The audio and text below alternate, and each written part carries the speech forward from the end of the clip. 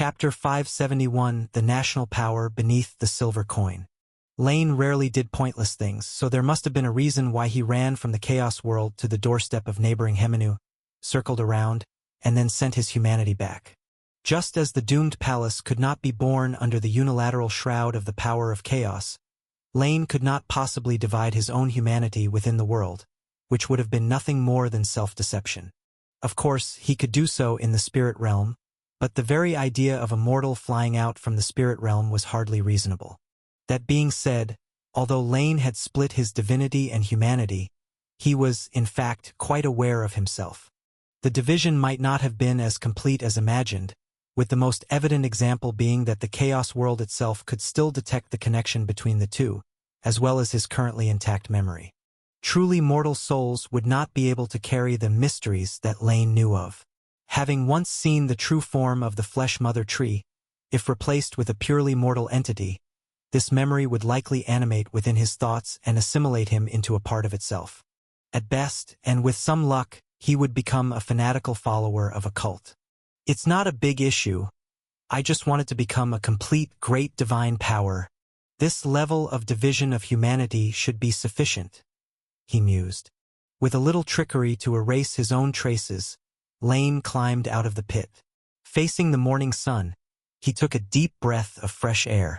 As a deity, it had been many years since he had done such a thing.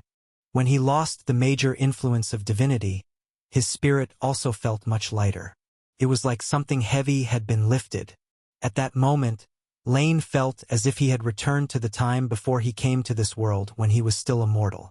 He had a sense of humor and enjoyed jokes, relished fine food and beautiful scenery, felt compassion for the misfortunes happening before his eyes, and took pleasure in the admiration and praise of others.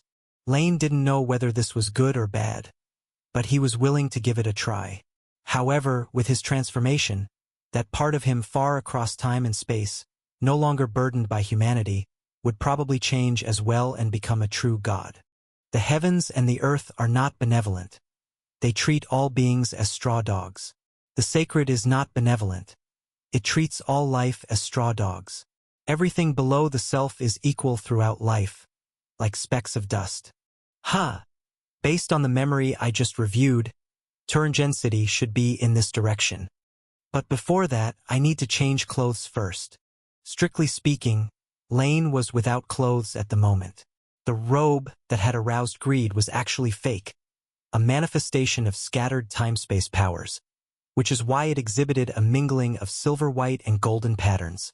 But just like the gradually deteriorating crystalline shell, this false robe would not last long and would soon dissipate into nothing.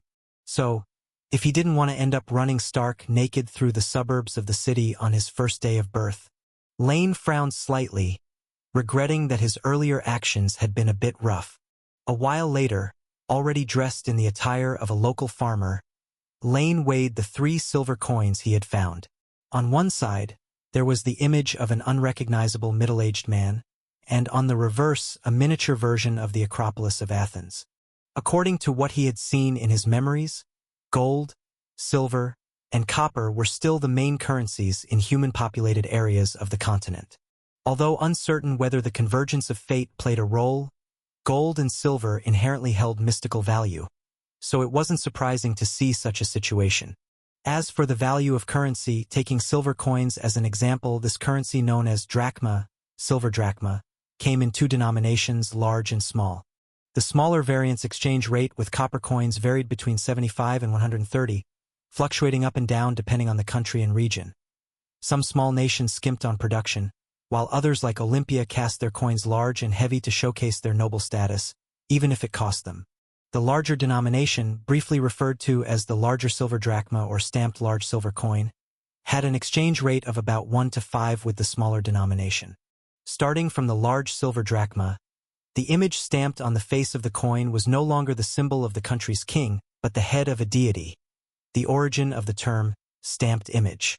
Hence, the small denomination silver coins and copper coins were subject to private minting, but such counterfeiting was easily eradicated for these large denominations. Large-scale divine image minting would almost certainly attract the attention of deities, but small-scale private minting wouldn't cover its costs. Tisk, changes are everywhere. I wonder how long it has been since I left. It's been more than 800 years of the New Chronicle, but that's recorded from the founding of Athens. Who knows when Athens was actually established? And this feeling, even the god of sun has been replaced, huh? Well, at least it's not red and there's no tree growing on it, he muttered under his breath. Internally grumbling, Lane looked at the large pit he had created with a bit of a headache, knowing it wouldn't be easy to fill. Forget it, I'll bury these two guys and then head to the city. With the speed of information transmission in this era, by the time the anomaly here is discovered, I'll be long gone. After roughly discerning the direction, Lane headed toward the nearest dirt road. Noon. The sun was high in the sky, and the summer sun was always so blistering. Outside Turingen City, on a tributary of the Wheeler River, many residents had gathered to fetch water. The sunlight shone down, casting a twilight on the clear river. Chapter 572 The National Power Beneath the Silver Coin _2. Being built along a river was the usual practice for most cities in this era. After all, the availability of water often played a critical role in determining whether an area was livable. Continuing along the dirt road toward the city, the flow of people gradually increased. There were residents from nearby towns and villages coming to buy daily necessities, and also a few small trading caravans present. Not far away, fully armored guards stood at the city gate, checking the identity of every person entering the city. Judging by their attitudes, they hardly justified the fine equipment they wore. With trading caravans and currency, indeed, with the emergence of cities, the expansion of material exchanges, and the popularization of private ownership, commerce was bound to develop. And craftsmanship, being able to forge armor that nearly covers the whole body. Although the technology still seemed rudimentary, and it wasn't even local Turingen craftsmanship, this still proved that Athens' casting level had reached close to that of 13th or 14th century Europe. Even considering this is a transcendent world likely influenced by transcendent powers, is quite incredible. Walking on the main road, moving through the sparse crowd, Lane silently observed this unfamiliar era. Turingen was just a remote city in the northern lands. Many of its aspects couldn't represent the peak of the era.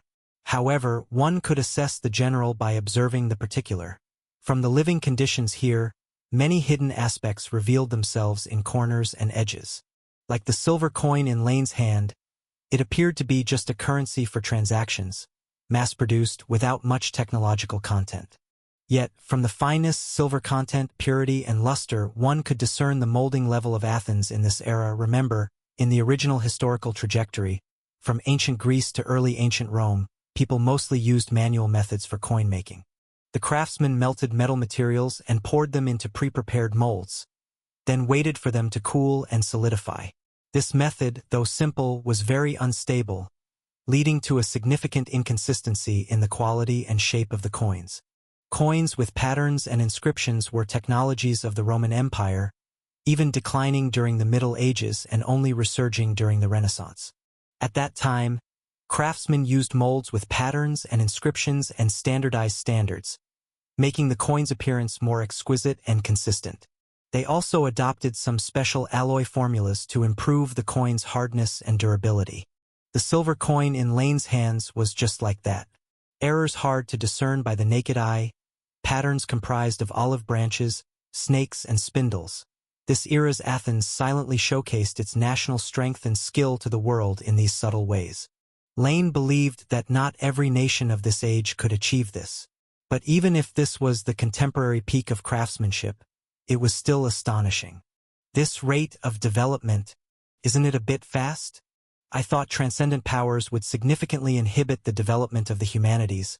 After all, this is a world where the powerful can extend their lifespan, where born nobility holds significant conservative power, a world where traditionalist forces are expected to easily overpower the reformists. But from what I recall, it seems like modern Athens is about to start the alchemical revolution. But then again, it's hard to say, especially since this world has gods, and there's also a situation where changes often happen much quicker than theoretically predicted. With a distant expression, walking on the dirt road, Lane looked back toward the southwest. However, it was obvious that he could not see through the earth. Hence, he couldn't see the Olympus that supported the east sky. As long as there are external enemies or sufficient threats, everything will be allowed. Chaos is a ladder to ascend.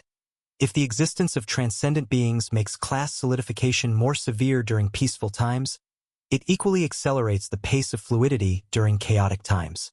Does Athens have enemies?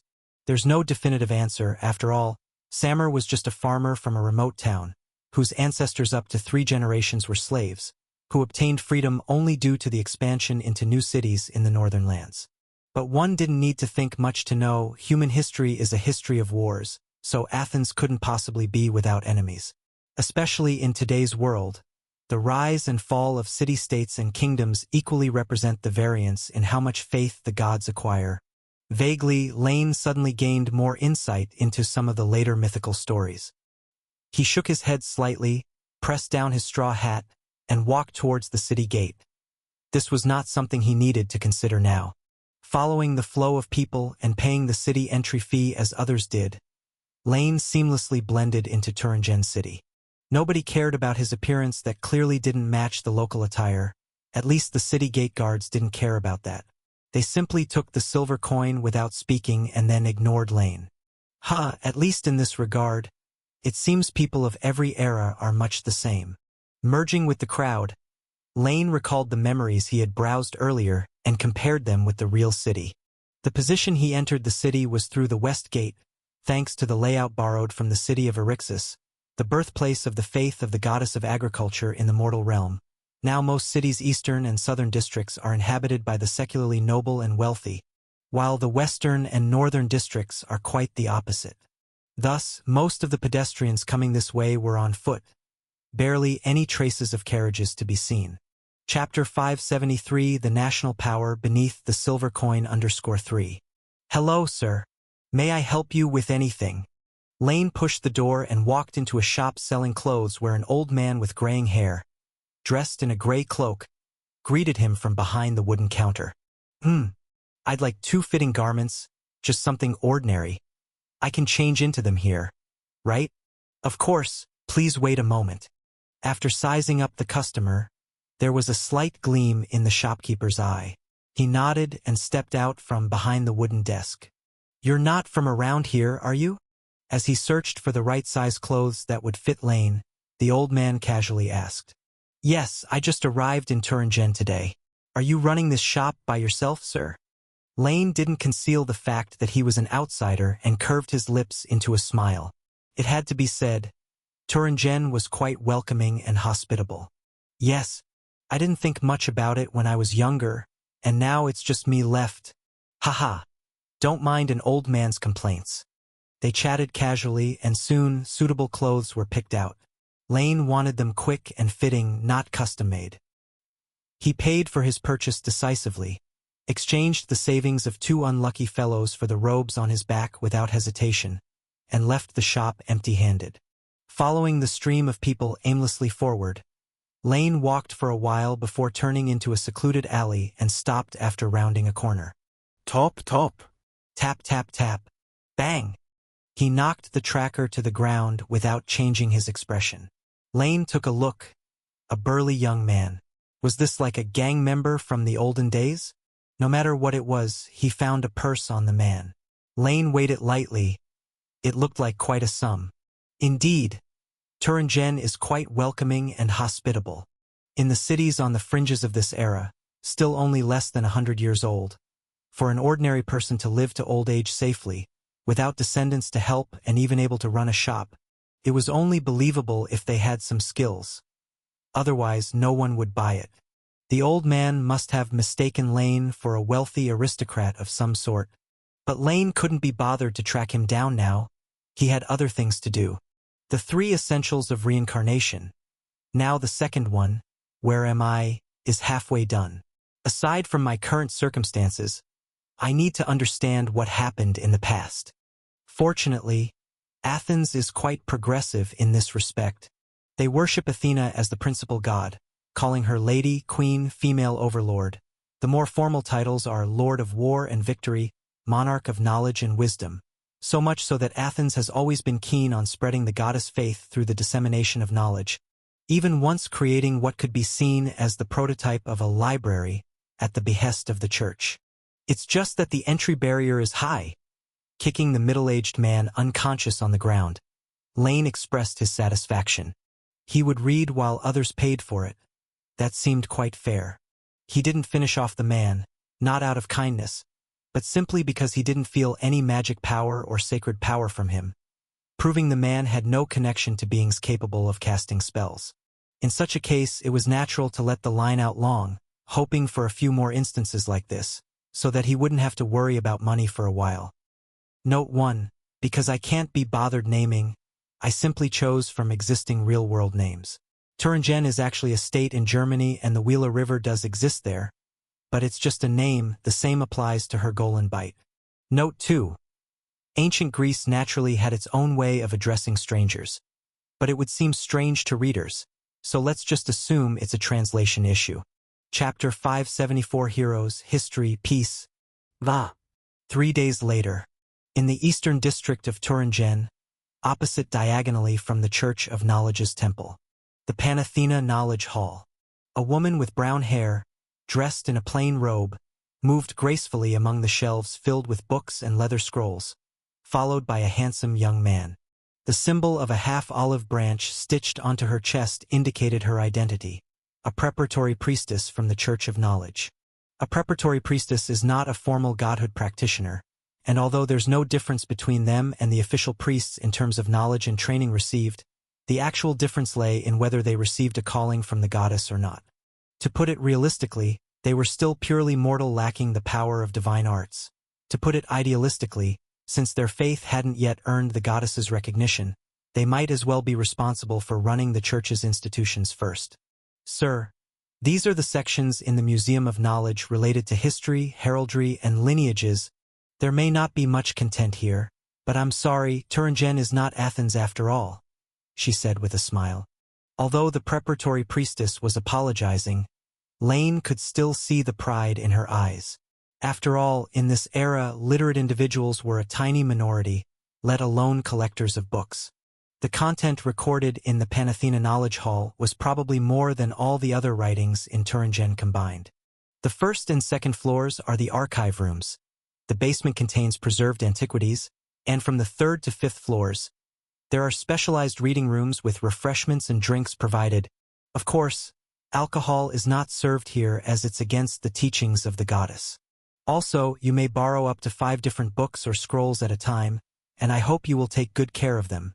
If they are unintentionally damaged, compensating at the listed price is sufficient. But if the damage is intentional, the priestess didn't finish her sentence, but Lane nodded in understanding. Although he was well aware that Athena did not possess the authority over knowledge, wisdom and knowledge were indeed closely linked and suitable for her. Moreover, with hydrology inherited from his mother, it was no surprise that she would develop an interest in it. Perhaps she sought to touch related domains and powers through faith, or perhaps she merely aimed to enhance her prestige in the mortal world.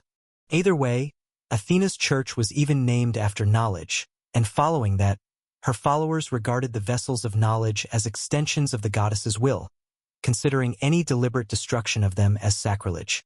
Thank you for the reminder, miss, but I suppose no well-educated person would treat them harshly, he responded. Knowledge is the ladder of progress, and the rise and fall of civilization hinge upon it, Lane said, extending his hand to take a book labeled New Chronicle, updated 849 from the shelf. From 10,000 years ago, since the first humans looked up to the starry sky, knowledge has been inseparable from mankind. Just like the stars and moon against the night sky, if the all-gods are the moonlight illuminating the night, then knowledge is the pilot through the darkness. A perfect metaphor. You truly are an erudite aristocrat, the priestess remarked with a hint of admiration in her eyes. Were it not for protocol, she would have liked to converse more with this young nobleman from afar. Compared to those uncouth Thuringen city dwellers who only knew how to wield swords and spears, he was more akin to what she had always imagined. However, prolonged conversations were prohibited within the Museum of Knowledge. If one wished to exchange ideas, they should move to the designated reading rooms to avoid disturbing others. Thus, upon realizing, with regret, that Lane had no intention of inviting her to sit, the priestess returned to her own duties. An aristocrat? I don't have any deity's bloodline. No, as a mortal created by myself, I guess I could also be considered of noble lineage, couldn't I? Lane mused with a chuckle as he watched the preparatory priestess depart.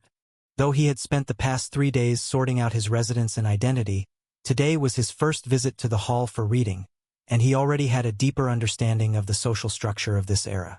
Leaving aside distant nations and focusing within the most advanced and developed area under Athens's influence in the modern world, it was a political system with a dual track of classical republicanism and feudal aristocracy. Composed of male citizens, craftsmen, merchants, and professionals residing in the cities, forming the citizen class, and those of divine lineage, separated by birth, exalted and orderly, they represented the upper echelons of this age. Both classes stood in opposition yet intermingled with each other. As to why this model had formed, one had to look back to the objective factors that began with the Great Migration and continued to the present day. You see, as a transcendent world, the wilderness of the mortal world in chaos teemed with beasts and demonic monsters. After the catastrophe of Typhon and the Blood Sun, this situation worsened unimaginably. The idea that rulers must be strong, and only the strong can protect the citizens easily took root among humans. Thus, the initial monarchs of the mortal world were often legendary figures who could carve out habitable territories in the treacherous wilderness. However, as the Great Migration ended, the first cities were built and populations grew, outward expansion became inevitable, but there was only one king, and other strong individuals were needed to protect citizens elsewhere, with inconvenient wilderness travel making a centralized official system unworkable. Therefore, the concept of feudalism gradually became a logical direction. Chapter 575, Heroes, History, Peace, war_2. And the earliest aristocrats were not an oppressive rentier class that burdened the populace. On the contrary, they actually fulfilled equivalent duties while enjoying their privileges. Whenever demonic monsters caused trouble within their territories, they were the first to stand up and fight against them. But now it's different. Today's aristocrats have changed, becoming divine blood nobles. Those with great strength but without the bloodline of deities can only be classified as part of the citizenry. This is why the classical republic could stand toe-to-toe with the feudal system, because both sides have transcendent forces supporting them. Let's see. The first recognized divine blood noble, son of the divine king and princess Danae, the naturally born demigod, the great hero Perseus of the constellation Perseus. He achieved countless feats in his life, killed the sea monster Gorgon, saved foreign princesses about to be sacrificed, and also killed the hero Phineus and his brothers. He fathered 6 sons and 2 daughters, who either established their own city-states, inherited existing thrones, or were married off to famous heroes. Corinth, Nemea, Mycenae, all acquired divine lineage, and it was from then on that the divine blood nobles began to grow in strength in the mortal realm. In the reading room on the 3rd floor, Lane perused this passage of history. What was recorded in the book were just a few hundred words, but with the memory of later myths, Lane saw much more than that. Why was Perseus the son of the God King? Because his maternal grandfather had received a prophecy from an unknown source, stating that his daughter's son would harm him. Therefore, to prevent harm, the king forbade his daughter Danae from contacting outsiders and confined her within a high bronze tower, strictly guarded. However, mortal guards naturally couldn't stop deities, at least not King Acrisius. Thus, God King Zeus transformed into golden rain, passing through the window bars to mate with Danae, and together they conceived Perseus. Realizing his actions were futile, the king was terrified. His daughter had ended up pregnant and bore a child after all. But the king ultimately didn't dare lay hands on the divine child, and he was compelled to exile both Perseus and his mother, while he lived in constant fear, even fleeing abroad. And then one day in the future, just like the prophecy had stated, he was accidentally killed at Tiryns by a discus thrown by his grandson Perseus, fulfilling the ending of that prophecy. However, this is where the emphasis should be placed. Where is Tiryns? It's the same place where another princess, Io, transformed into a white cow by the divine king and eventually fled to Egypt. And because the foreign king was killed in his own country, this already declining small state suffered yet another blow. In any case, it's uncertain if Perseus was a hero in the modern sense, and it's also debatable if he could actually fight, since his entire journey could almost be summed up as come, trick, come, ambush, or an invincible warrior with the backing of money. Nevertheless, with the aid of a dozen divine artifacts, each successively bestowed upon him by the all-gods, he indeed managed to kill more than one king, father more than one king, and defeated a bunch of nations and their representative figures who were dissatisfied with Olympus, ultimately spreading the bloodline of the god-king among the human royalty. From then on, the claim that only those with divine blood could be kings spread far and wide, and more deities followed suit, leaving their descendants among mortals. Thus divine blood began to proliferate, and those with noble bloodlines took control of the mainstream within the human clan. Turning another page of the volume, through the lens of history, Lane seemed to see the puppet-like life of Perseus. Then again, perhaps he actually enjoyed it. With a smile curling up at the corner of his mouth, Lane continued to flip through the book. Beyond the origins of the divine blood nobles, this new chronicle summary from the Church of Knowledge naturally spoke most of the city of Athens. According to the records, this city blessed by the goddess was established nearly 1,000 years ago, a time before the new chronicle, and the city-state was not yet called Athens. Legend speaks of born of the earth, human-bodied with a serpent's tail, Cecrops as the founder of this city-state. During the prime years of this king of unusual blood and long life, the goddess of wisdom came to the mortal realm to spread the mysteries of knowledge, selecting this city as the starting point for her church. Of course, at this point, an accident was bound to happen, and the sea emperor Poseidon was the harbinger of this accident. For some purpose, he too had fought for the ownership of the city-state at the time, and the two deities were at a stalemate. They ultimately decided to let the locals choose their object of faith. Poseidon offered the people a spring of salt water, symbolizing the protection of the sea, but the people at the time didn't understand its significance, thinking it was useless. Athena, on the other hand, provided an olive tree, thought by the people to bring wood, oil, and food. Food is the god of the people, as it is true in both the East and the West, and thus the goddess ultimately gained the trust of the local populace. The city-state was thenceforth renamed Athens, continuing to this day. Among the great nations of today, Athens was nearly the last to be established, and for quite a long time, even with Athena's help, Athens couldn't be considered powerful. And the reasons for all this are not recorded or analyzed in the book, which is also somewhat beyond the understanding of people in this era. But from the perspective of later generations, it's almost clear from the geography. Chapter 576, Heroes, History, Peace. War_3. As he leafed through the books, the New World map, vastly different from the original geography of Greece, gradually became clearer in Lane's mind. Athens was actually a city near the East Sea, and it was the last city established during the Great Human Migration. It could be said that the kingdoms established earlier were closer to Olympus, and the distances between them were often greater, as the wilderness was vast, and there was no need for the migrating humans to build cities too close to one another. Latterly closer to the sea, the remaining migrating groups had not only less time to settle down than their peers. Their competitive relationships were also more intense, often making the distances between two cities narrower. This was naturally not a problem initially, but as everyone settled down, the population grew, and the land expanded. It became embarrassingly apparent that without resorting to force, there were almost no directions available for expansion. This was also the origin of Turingen. Athens was located on the eastern coast, with cities already built long ago to the west. If they wanted to expand, they could only trigger a war. The same was true to the south, and compared to the neighbors to the west, the south might even bring them face to face with White Tower and the heretics of legend. Thus, the desolate northern lands were the only direction for development. Turingen and further north, Helgoland port city became the northern border of Athens and the result of the current king's development strategy.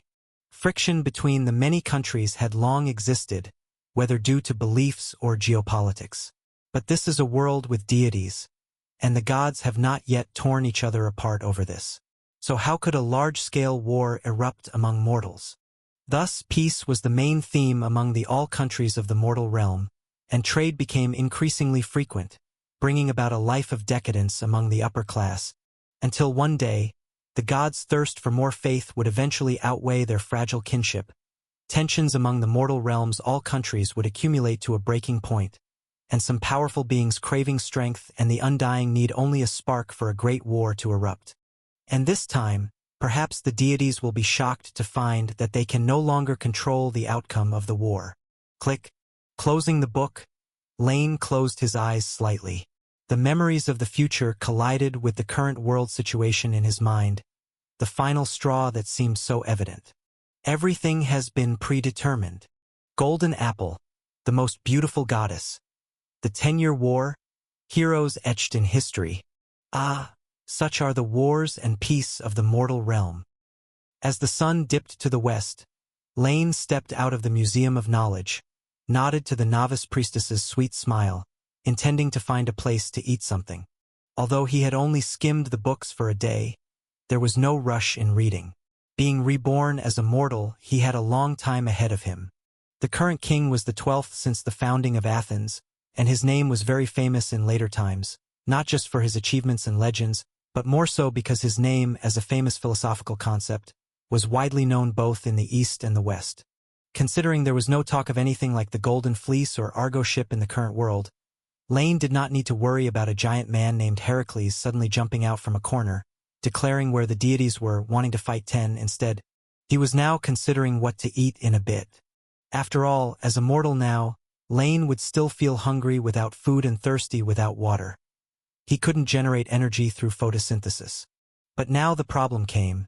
The dining prices in the eastern region weren't cheap, and after these 2 days of unrestrained spending, the money sponsored by the friendly locals seemed almost spent. Looks like I need another kind benefactor to sponsor me. Nodding to himself, Lane turned and walked toward the west of the city. After 2 days of generous spending, Lane moved directly into the southern district, a place with good public order, where no kind-hearted person would dare come close. Fortunately, Lane gave them an opportunity. So, in a secluded corner, he changed into the outfit he had bought in a small shop before. Walking through several streets, he headed toward the place he had accidentally encountered last time. Unsurprisingly, Lane noticed he was being followed again. And this time, it seemed there were not just one but at least 5 or 6 people. Tisk, it's like leveling up in a game, but as long as they drop gold coins, it's fine. Mentally scoffing, but keeping a calm demeanor, Lane turned into an empty alley like the last time. After walking a bit further, he turned a corner, ready to repeat his previous trick. Surprisingly, Lane suddenly found that there were already 3 people waiting around the corner. Hey, kid, did you really think we'd fall for the same trick twice? With a sneer, the young leader raised a wooden stick, flanked by 2 burly men. And in the time it took to speak, several people who had been following Lane also rounded the corner, hemming him in this narrow space. Kid, you really can hide. I couldn't even find where you ran off to these past 2 days. Last time, a colleague inexplicably got hit by a blunt instrument without even seeing who did it, a fact that had seriously frustrated Wes. They had been searching for Lane's whereabouts for days, but to no avail. It was no wonder, since Wes could never have guessed Lane would go off to read books, let alone think he had moved into the southern district, even disregarding the issue of literacy. Just the fact that Lane had spent one unlucky fellow's savings dry in 3 days was enough to understand that the level of expenditure there was way beyond what these lower-class people could afford. Even though they were in the same city, the eastern and southern districts were like 2 different worlds for them. Ordinary people from future generations felt the same. It was not a matter of not having enough money, but even if they had savings of over 100,000, they would never consider spending 10 or 20,000 for a single meal. You're mistaken. I didn't hide anywhere. Honestly, at first I was a bit worried you didn't recognize me. Shaking his head, Lane answered the Good Samaritan's query innocently. But speaking of which, just a stick? Lane asked with a mix of disappointment. Is this what you call a vigorous Thuringen underclass society group? Don't you have any weapons ready? At least bring a knife or something? I see you've been living the good life too long and still haven't grasped the situation. Get him. Let's give him a proper welcome. With a twitch of his lips, Wes felt the man in front of him had some psychological issues. Who else being surrounded would still care about such things? He had also considered whether the other party was a formal professional, but they all knew what level a non-spellcaster of Black Iron, first tier, was. Capable of fighting, but that was about it. Without superior equipment, they couldn't utilize their extraordinary physique and martial prowess. As the words fell, the two men beside Wes immediately moved forward with their sticks, while several people who had chased Lane from behind also enclosed him. Whether a runaway aristocrat or a merchant's offspring, they probably weren't natives of Turingen. Seeing his tender skin as long as Psi, a short syllable followed by an inexplicable repulsive force. The first layer of the magic net was gently stirred, and its intricate structure instantly formed. An invisible force acted on the lower body, and the unprepared men immediately lost balance in their forward charge, tumbling over like rolling gourds.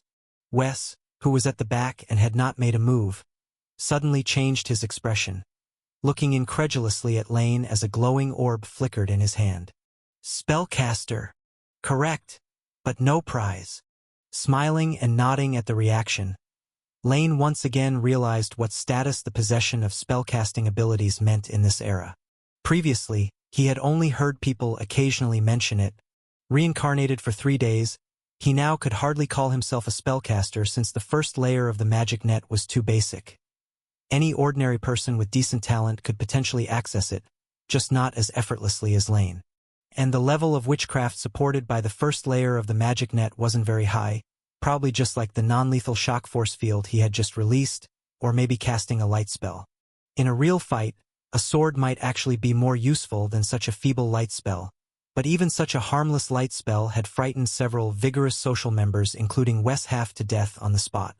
Now, hand over anything valuable you have, and explain why you only have sticks and who you work for. Don't tell me you don't, Lane said with a smile, gesturing with his hand as the light orb drifted forward, scaring Wes into retreating again and again. Unless the ruler of this city is a fool, there's no way he would allow the existence of any unauthorized forces.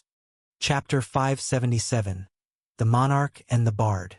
Truly engaging in combat, Lane, who was also adept in fighting skills, could perhaps easily throw down these few society individuals who lacked even a weapon, but if he can solve it with a mere light spell, that was naturally a good thing.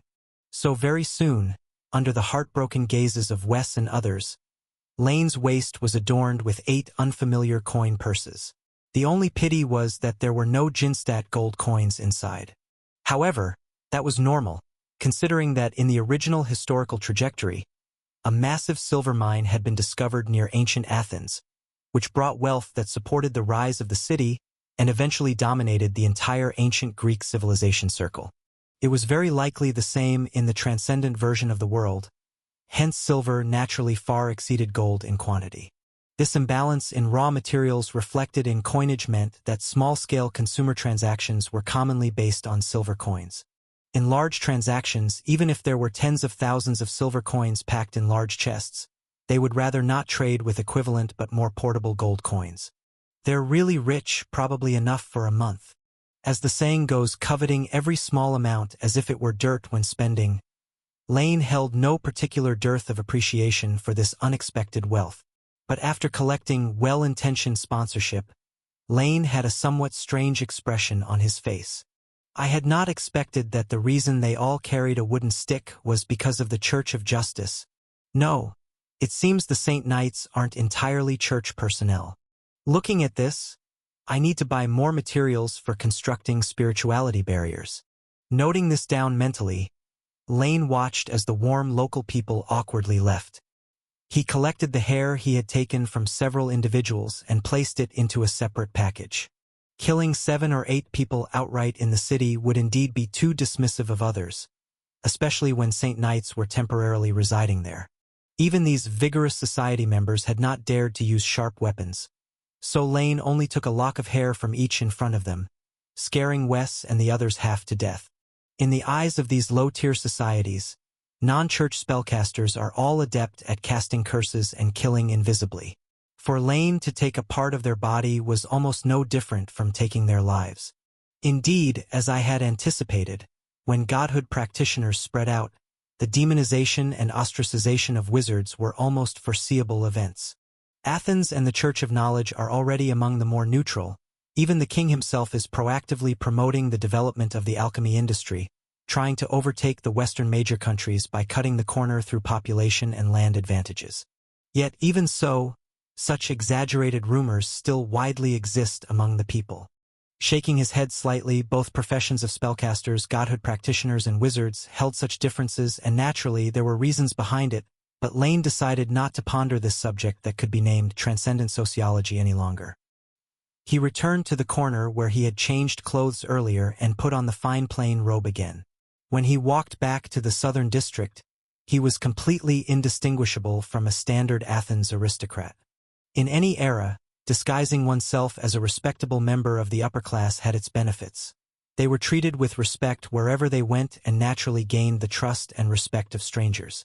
Just like now, if Lane were to enter the city again, those fully armed guards would probably not only not take his money but would also salute him from afar, welcoming him. South City Turingen. Outside a 3-story standalone loft. Top, top, top. So, this is another potential direction for the future development of Athens. As the only great nation near the East Sea among the Panhellenic states, connecting the central part of the continent with foreign countries through sea trade, mutual exchange is also very necessary. Besides alchemy, this is also one of the strategies that the kingdom can attempt to implement. After all, alchemy requires technology, time, and has a narrow audience. You can't expect ordinary craftsmen to afford expensive alchemy constructs. Walking on the road, Lane casually discussed some classical social theories. But trade is different. It only needs policy support. Then Athens' merchants and nobles would spontaneously engage in commerce for profit-seeking, and such large-scale trade would necessarily bring benefits to the people, conducive to the export of excellent domestic crafts, and the wealth brought from other countries could also enrich the pockets of the upper echelons in the kingdom, leading to greater sales of alchemy products. Of course, all this is based on Athens' superior system and local craftsmanship. Only these are the foundation that guarantees everything. Truly enlightening.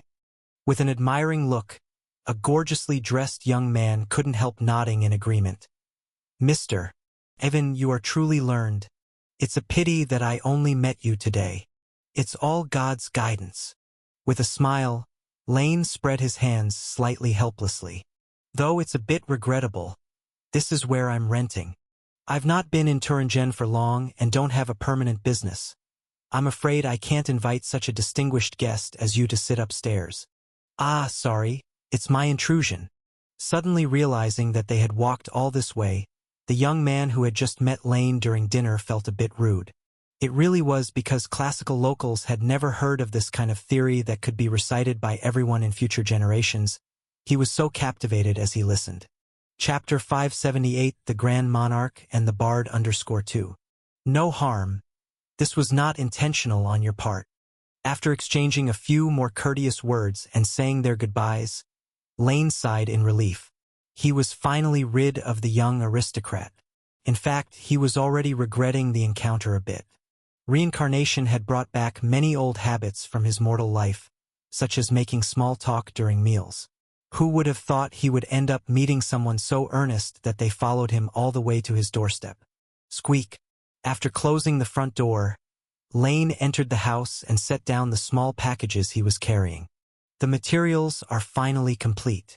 This local aristocrat is somewhat useful after all. At least he knows where to buy these things. After changing out of his outer clothes and unpacking his items, the packages Lane brought back contained nothing else but gold powder, spices, salt, and floral essential oils. These items were not rare, nor were they prohibited, but since they were mostly used in places of deity worship, ordinary people had no clue where to purchase them. Fortunately, that aristocrat youth interested in classical-era government had the connections, though Lane still couldn't remember his name.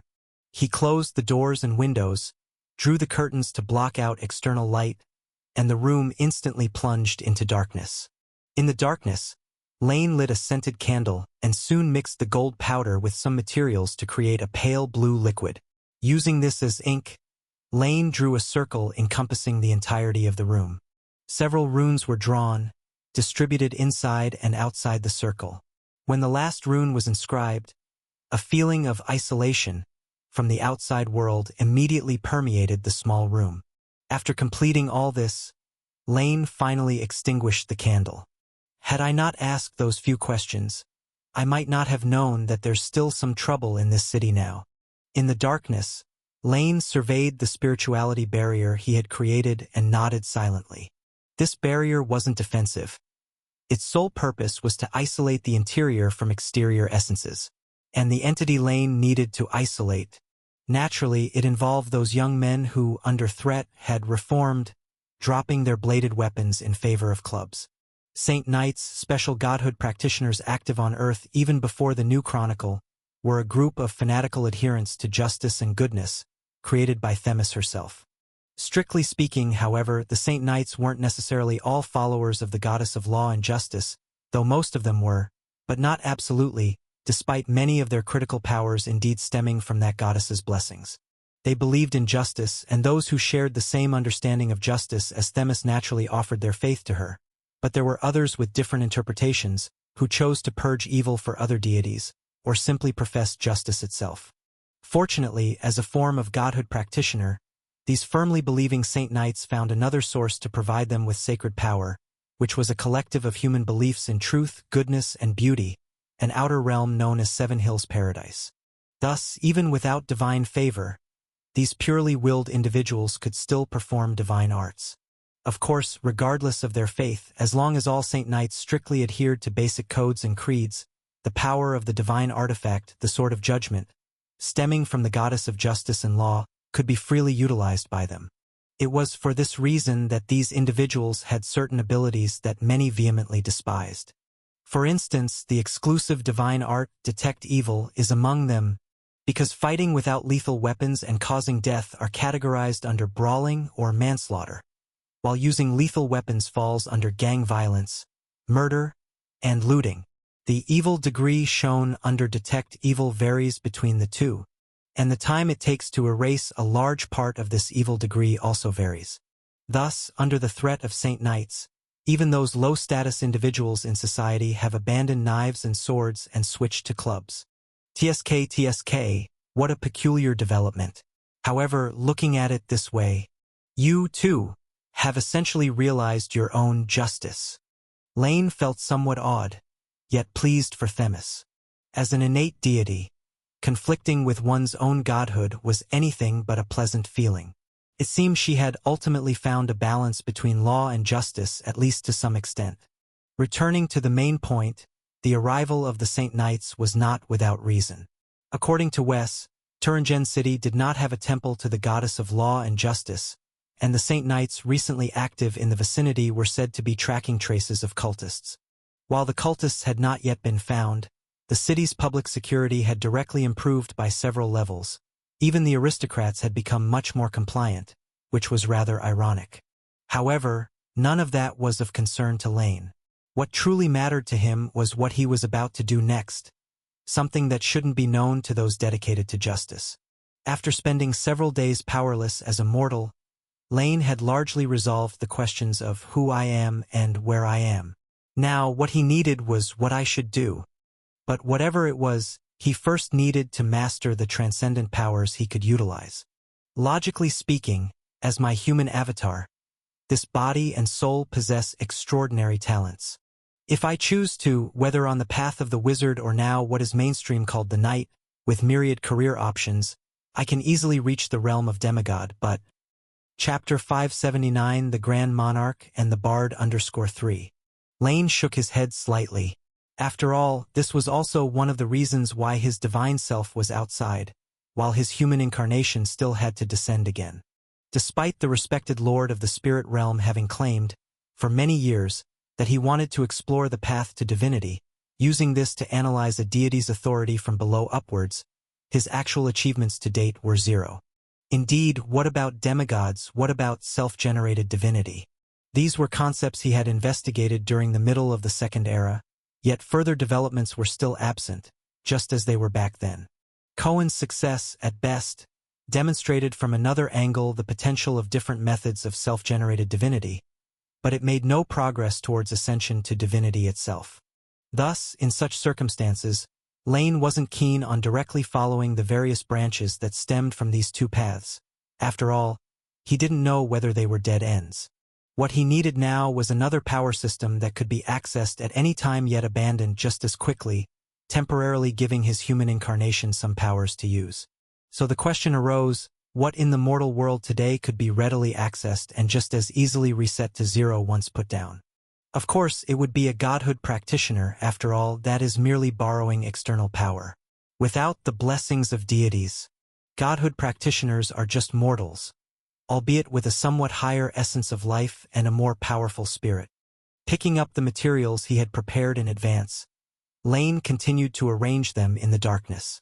If neither war nor spells were viable options, then choosing pastor role it would be, temporary as it may be. But since he decided to become a godhood practitioner, Lane also needed to consider his own faith issues. The Olympian gods were directly passed over, just as the angels of the spirit realm.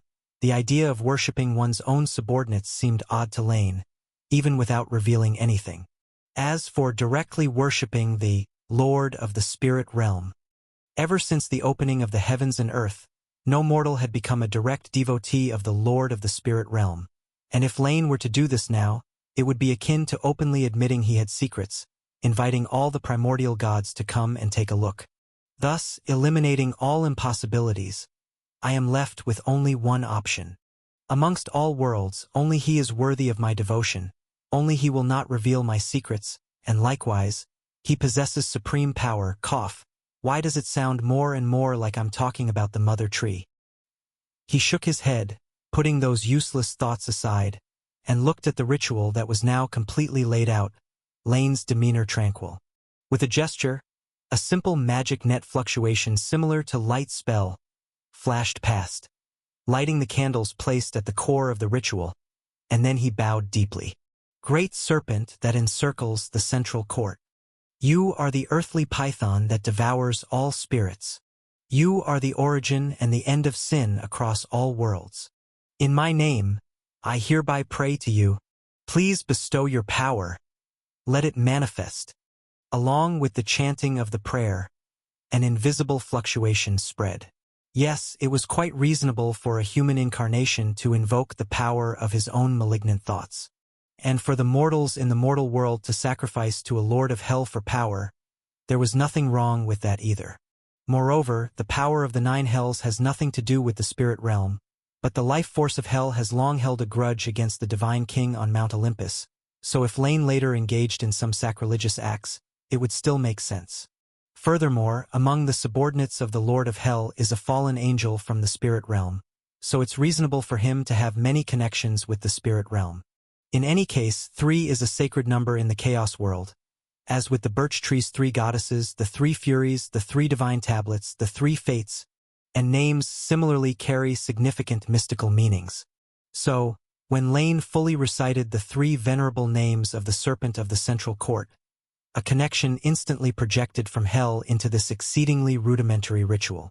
The power from the Lord of Hell began to descend, and during the descent, it combined with elements, becoming massively diluted, and finally transformed into a hellish version of sacred power that was permissible by the reality of order. Then, under some will's guidance, it was unapologetically infused into Lane's human manifestation.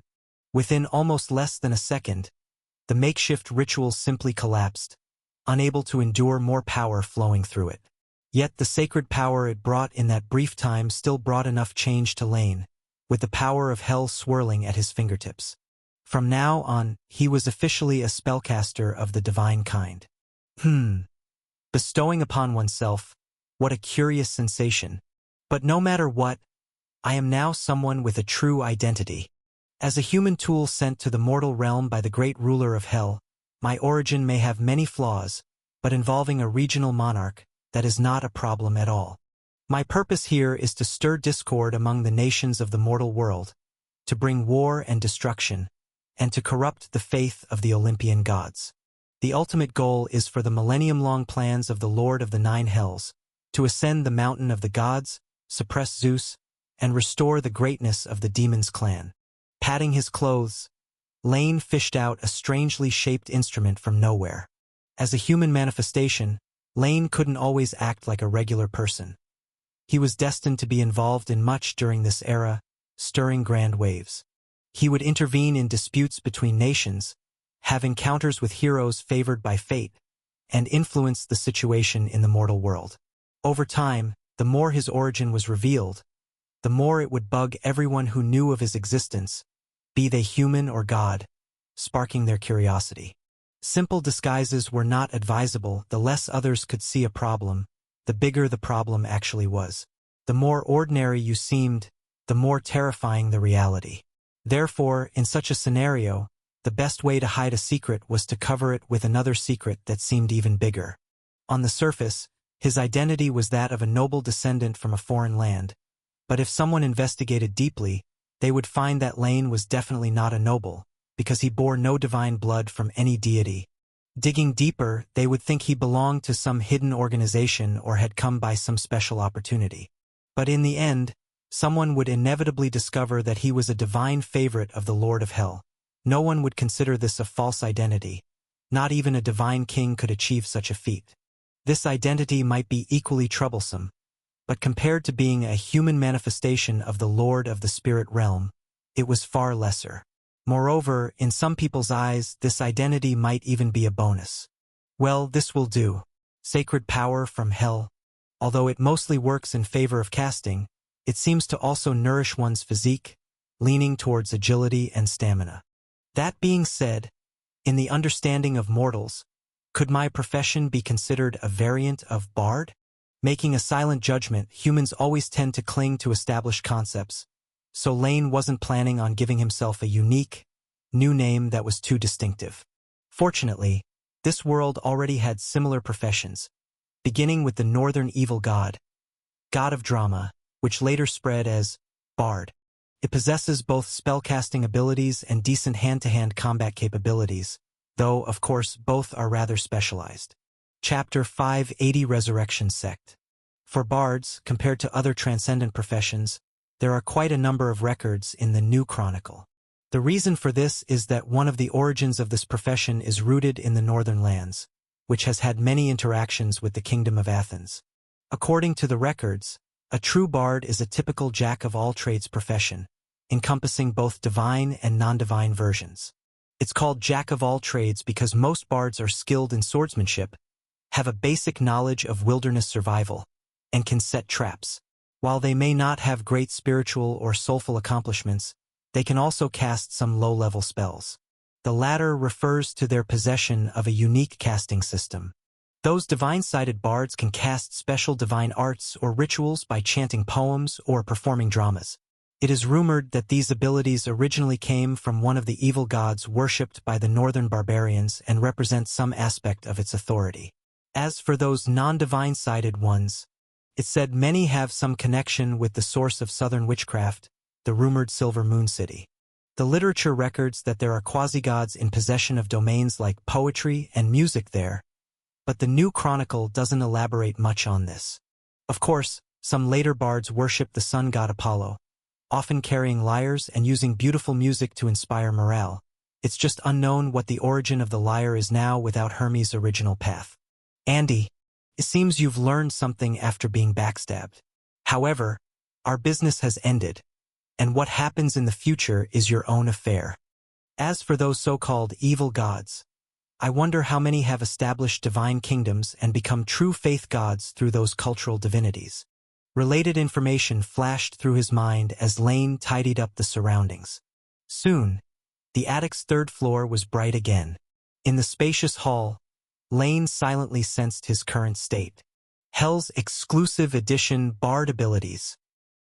First is the spellcasting permission of a third-tier divine art. Normally, the bard spellcasting is discounted, and even at the peak of the first-tier black iron, they can only touch the second layer of the magic net. But the exclusive edition has no difference from a real priest in this regard. Then there's the enhancement of senses, exceptional reflexes suited for using agile weapons, and an increase in intuition. Could this be a manifestation of divination abilities? Finally, Lane hummed a short tune, and the melodious and soothing melody wafted out the window, sending a bird flying by into immediate slumber, and it thudded to the ground. Since it's called a bard, naturally it should be able to sing and dance. And the song and dance of Hell's exclusive edition is undoubtedly these slumber-inducing notes. After finishing the incredibly simplistic initiation ritual, there wasn't much worth mentioning in the following days for Lane. With the help of generous public sponsorship, he visited the Museum of Knowledge daily, drawing on the changes in the mortal realm over the past 1,000 years. After all, the godhood practitioner system didn't require much cultivation. Others might need to pray day and night to strengthen their faith, seeking the deity's grace, but Lane certainly didn't need to do that. He just needed to wait until his body adjusted to this phase of sacred power and find enough precious materials to set up the next ritual. Such high-level materials might be found in Turingen, but he would likely have to interact with the true rulers of this city. For now, Lane didn't quite want to do that. He planned to head directly to Athens after getting a rough understanding of this era's situation. There, unlike this small frontier city, many things could be easily acquired. Plus, he wanted to try to meet that great alchemist called Hermes and see what exactly went wrong. In later myths, Hermes was even once dubbed the god of alchemy. And while there was some exaggeration, like conflating deities from different mythological systems, his talent in alchemy was unmistakable. Afternoon. He bit into a Turingen sausage. The flavor of this local specialty was quite good indeed. For a moment, Lane recalled that before coming to this world, he had also tasted another kind of Turingen sausage. Thump. Ah! Feeling a knock on his shoulder, Lane restrained his reflex to dodge. Turning around, he saw a graceful woman with a mature aura, holding her arm as if she had just accidentally bumped into him. "I am truly sorry, sir." With an apologetic smile, the woman slightly bowed. "It's fine." Smiling and nodding, Lane expressed that he didn't mind. Then, "I thank you for your understanding." After thanking him again, the woman left with a smile, quickly departing as if she had urgent matters, which likely led to her bumping into Lane. What's wrong? Across the long table, noticing Lane's reaction, Jess couldn't help but turn to look as well. Was that Lady Seville? Just an accident. It seems you know the lady just now. With an inquisitive gaze, Lane asked with a smile. Jess is no stranger, incidentally the same young bureaucrat that Lane had met some days ago. In recent days, the latter often came to chat casually with Lane, unintentionally revealing quite a bit of information unknown to ordinary people. Chapter 581 Resurrection Sect 2. Ah, of course, that's Lady Seville. Her husband was once a famous international merchant who, it said, had traveled as far as Argos, only to unfortunately lose his life in an accident. All his remaining wealth fell into the hands of Lady Seville, and along with her beauty, many wished to join with her. How about it, Mr. Avon? Are you also interested? A smile appeared on his face as Jess couldn't help but look towards Lane. It must be said, gossip knows no era, or perhaps in the ancient times when entertainment wasn't as developed, people were even more interested in such matters. I'm just a bit curious. It seems Lady Seville has been quite busy lately. Speaking of which, I heard that a squad of Saint Knights arrived in town recently. Do you know what they are here for? Changing the subject, Lane smiled. Why do you ask about that? Saint Knights. They are not to be trifled with. His expression shifted, and as soon as the term was mentioned, Wes immediately lost interest in Lady Seville. But indeed, we should be careful. I'll tell you, but you mustn't tell anyone else. As my father told me, it's a team led by a high-ranking Saint Knight, here to investigate incidents related to the cult Resurrection Sect. Their leader, I heard, was once part of the battle to seal demons 30 years ago, and is not someone easy to handle. The battle to seal demons, Lane had recently heard this name too, and while it wasn't a famous event on the continent, in fact, there were many battles with the same name. For the residents of Turingen, it usually referred to just one thing. That is, several decades ago, North of Thuringen in her Golan seaport city, a kingdom-sent expedition followed the direction of the Wheeler River northwards and discovered a suitable site for constructing a seaport. But unexpectedly, in the midst of the city's construction, a descendant of an ancient evil being emerged from underground there. To seal it, it was none other than the high priest of the Church of Knowledge in Athens who had to intervene, finally ending that disaster. So that's it. But the resurrection sect. What kind of cult is this, one that promotes the resurrection of the dead? Or is it advocating blood sacrifices or even human sacrifices? Confirming that his hastily brushed-up history knowledge did not contain this name, which was normal, as few would include a nefarious cult in history books meant for the public, thus helping them to gain notoriety for free, and confronted with Lane's confusion, Jess nevertheless gave a somewhat unexpected answer. No, not that, the resurrection sect. In my opinion, they hardly count as a cult. Hesitating for a moment, Jess continued. Their main claim is that by worshipping the Mother of Resurrection, one can return to youth and bear more children. They haven't really done any bloody deeds. They were branded a cult mainly because they are enemies of the Church. Indeed, in terms of how they handle members of the Church of Knowledge, they could truly be considered a cult. Probably these Saint Knights are here because of that.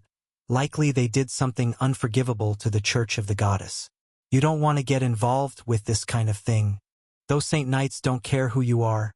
They literally have no fear of death, and will kill you just like that. Of course, how could I possibly get involved with a cult? Nodding, he then changed the subject. However, in his mind, Lane silently noted down this matter. He simply reached under his coat to touch a slightly warm metal object, and then acted as though nothing had happened. Evening. In the rented attic. Leaning back in the chair, Lane held a cup of hot tea in his left hand. This beverage from the South had started to become popular across the world over 300 years ago, and had even begun to occupy the same position as nectar in recent years. Especially among the aristocracy, although many verbally denounce heretics or evil wizards, they are often more enthusiastic than anyone about various creations from the other side. Of course, Lane was not savoring this so-called high-end tea, which in reality wasn't very high-end at all. At the moment, he was examining a metallic badge in the palm of his right hand, beautifully crafted and clearly not affordable for the ordinary person. The base was made of a silver alloy, with surfaces decorated with platinum in the shape of olive leaves. Lane had never seen this style of badge before, but its owner was likely an important member of the Church of Knowledge. However, in Lane's palm, this badge was stained with a trace of blood, and, even under spiritual vision, one could see a layer of transcendent aura swirling around it, making one subconsciously overlook its presence, always carried on one's person. Is this drawing trouble away from its sources? No, even though I've just taken office and am still a mortal, my control should not be detectable by anything less than a legendary being. Accidental contact? That's unlikely. If it's about simply choosing a target to divert an enemy's attention, the first choice would typically be the western or northern districts, so this is clearly a targeted act. But that makes sense. An outsider, a noble descendant unfamiliar here but likely with some significant identity, is perfect for momentarily attracting the Saint Knight's attention. Just my luck. It happened to land on me. Earlier in the day, the reason why Lane had paid extra attention to Lady Seville was not out of an interest in her so-called wealthy status, but because during a momentary brush past her, he noticed she had placed something in his clothes. Only for some consideration, Lane did not expose or stop her actions at the time. The blood-stained church badge, her secretive movements, she did not seem like an upright person. Moreover, based on what Jess had disclosed, the situation seemed quite clear. To speak of cults, and for one to show up at the door was almost serendipitous, but the real question was this resurrection sect truly a cult? The divine powers of deities often carry their own distinct attributes, and the sacred power that is derived and degraded carries this trait to some extent. That woman isn't a practitioner of godhood, but she must have extensively received the baptism of divine arts. And yet this aura. Lane wasn't sure, as his current sensory capabilities were nowhere near as sharp and direct to the source as they once had been. so he decided to go see for himself. He had no plans of staying long in this city, bound to leave sooner or later, so it hardly mattered if he stirred up any trouble. Besides, one of the problems with heading to Athens was that he again needed money. Even reborn as a human, Lane had no intention of truly masquerading as a lowly member of society, not only because it was troublesome, but also because it didn't quite align with his thinking. Fortunately, the accumulated resources of a cult branch should suffice for his lavish expenditures for a considerable time. And if lucky, he might even find materials suitable for high-ranking rituals, an opportunity to hit several birds with one stone. So now, let's perform some divination first. Pulling out a silver coin bearing the image of Athena, Lane prepared to test his divining abilities in his new profession. Divination was not about foreseeing the future. The former and the latter not only differed in difficulty but also in cost. And Lane's divination focus was on the strength of the resurrection sect. Divination also needed clues, connections, and divining out of the blue had a high chance of failing. Luckily, the badge before him served as a perfect divination medium. Snap! The coin spun and danced through the air, finally landing face up on the table, confirming the result of the divination. This branch of the resurrection sect's actual strength is far less than the Saint Knights, as expected. I was merely fishing to preempt any hidden threats. Nodding slightly, Lane hesitated no longer. Unlike others, he might fail in his divination due to insufficient strength, but he was unlikely to derive the wrong results, at least not when it came to past events or objective comparisons of strength. So, time is of the essence. The resurrection sect didn't know that this distracting individual had already concealed the badge's aura, making it impossible to attract the Saint Knight's attention. Should he arrive too late, who knows what might happen. Moreover, about this strange sect, he was indeed a bit curious. Chapter 582 Golden Palace. Midnight. 29 Lane Avenue, Southern District.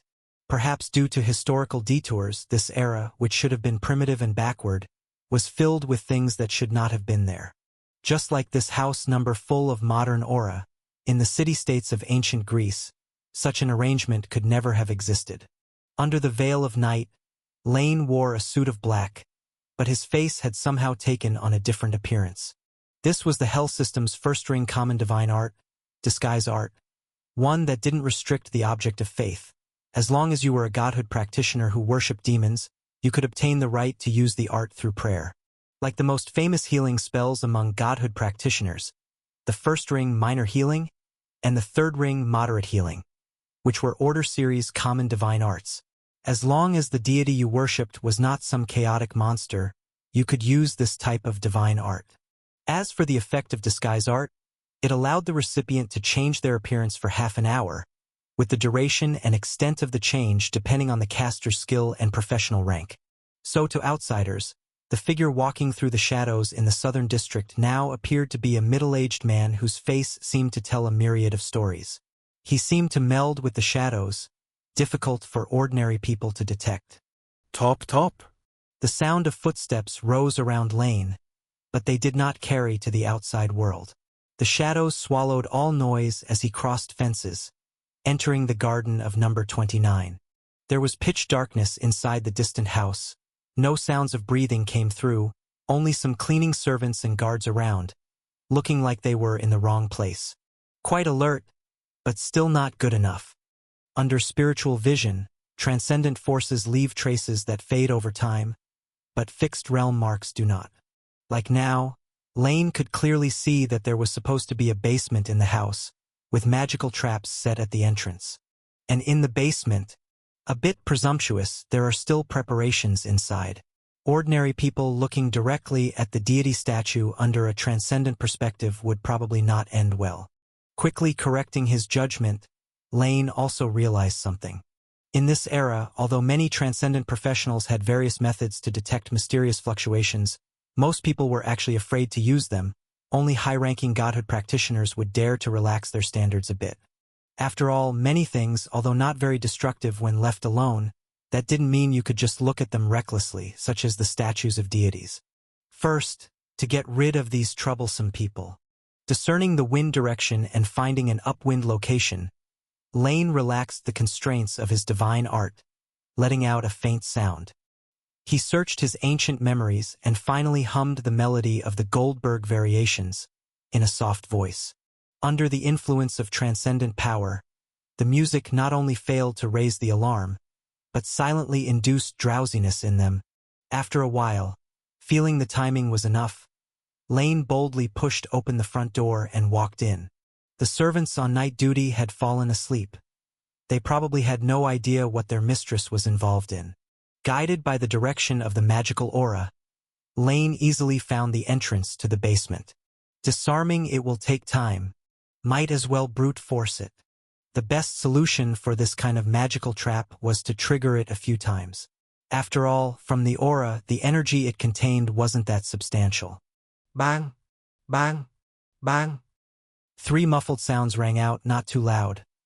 After all, this was the basement of a cult member, who probably didn't want the things she had set up to cause too much noise, or perhaps they weren't meant to guard against enemies but to deal with accidental intruders like thieves. Seeing the trap activated, Lane flipped into the opening and, unsurprisingly, saw a lavishly decorated small prayer room. The Lady Sammer he had seen during the day was now passed out in the center of the prayer room. Being an agility-focused first-rank professional, she had unsurprisingly succumbed to it. Striding forward, Lane glanced at the deity statue. An unfamiliar image, a faceless woman with peacock feather ornaments on her head. Confirming his guess once more, Lane approached Lady Sammer and then stabbed down without hesitation. Ah! With a scream, Sammer woke from her slumber. The pain in her arm instinctively made her want to struggle, but the cold at her throat caused her to freeze on the spot. Good. Strong mental fortitude. Not acting irrationally amid fear and surprise. Nodding, the sound created under the effect of the first-ring common divine art, illusory sound art, echoed from all directions, while Lane himself did not utter a word. What are you going to do? Hiss, better calm down. You probably don't know who we are. Caught off guard, Lady Sammer quickly grasped the reality of the situation. She looked at the middle-aged man in front of her, trying to show a smile. Although with the pain in her arm, the smile didn't look good at all. You're not here specifically to capture us, otherwise you wouldn't give me a chance to talk. The Church of Knowledge has ways to dig secrets out of my memory. Their unique trick. Could it be that we have had a conflict before? If so, I can apologize to you, and I can make reparations. If you're simply here for wealth, we can give you what you want. We can even collaborate. Chapter 583 Golden Palace _2. Who are you cooperating with? Lane asked calmly. Of course, with us, the Resurrection Sect. How does she still ask such a question after they've come knocking?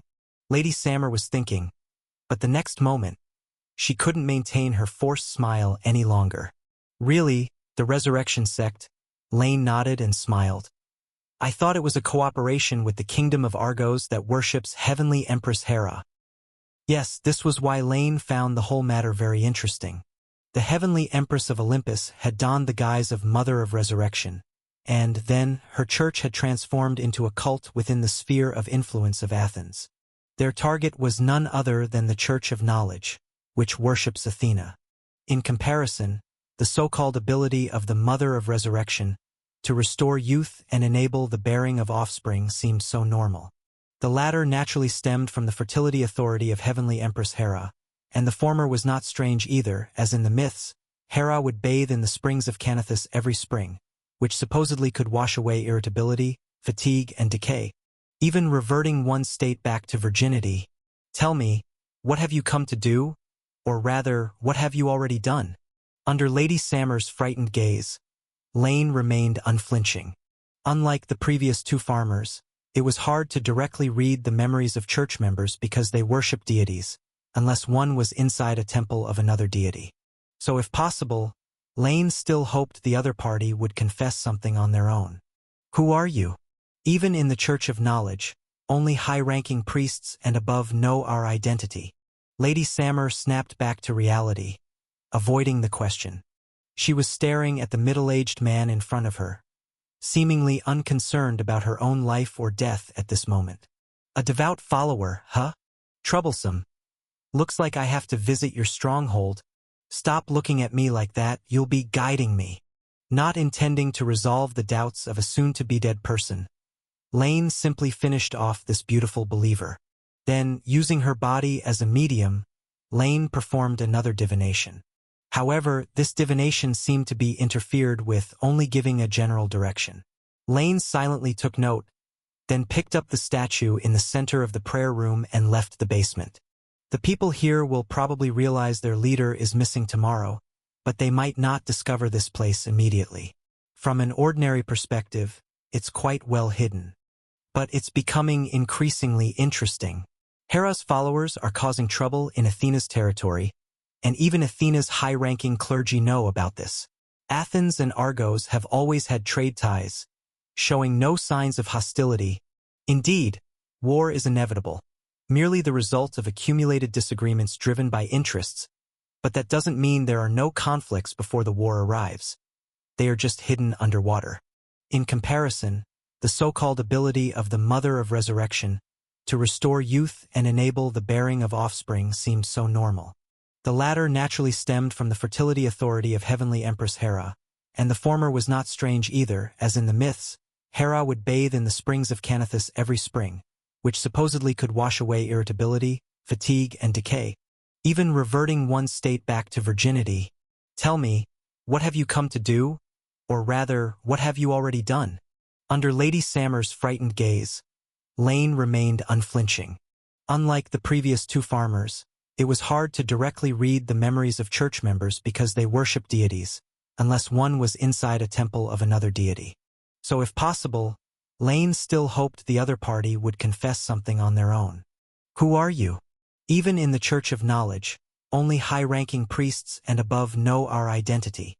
Answering off-topic, Lady Samer came back to her senses. Exiting the room, Lane determined his direction. The divination pointed to the north district of the city, which indeed was more suitable for the growing influence of a covert organization.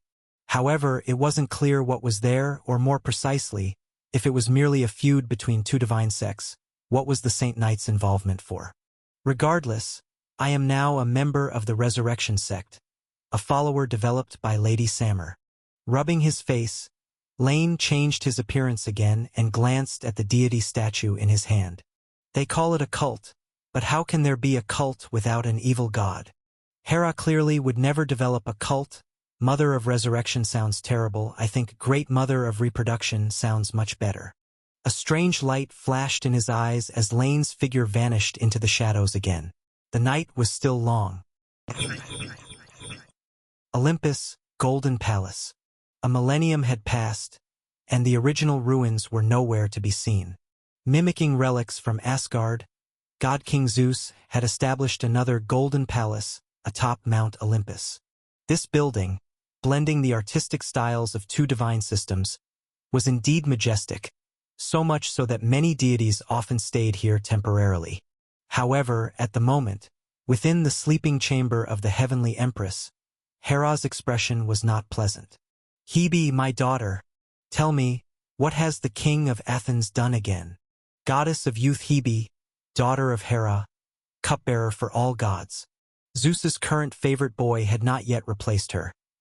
This goddess of youth, born consecutively with the god of decay from the underworld, still held the golden cup, serving nectar to the deities.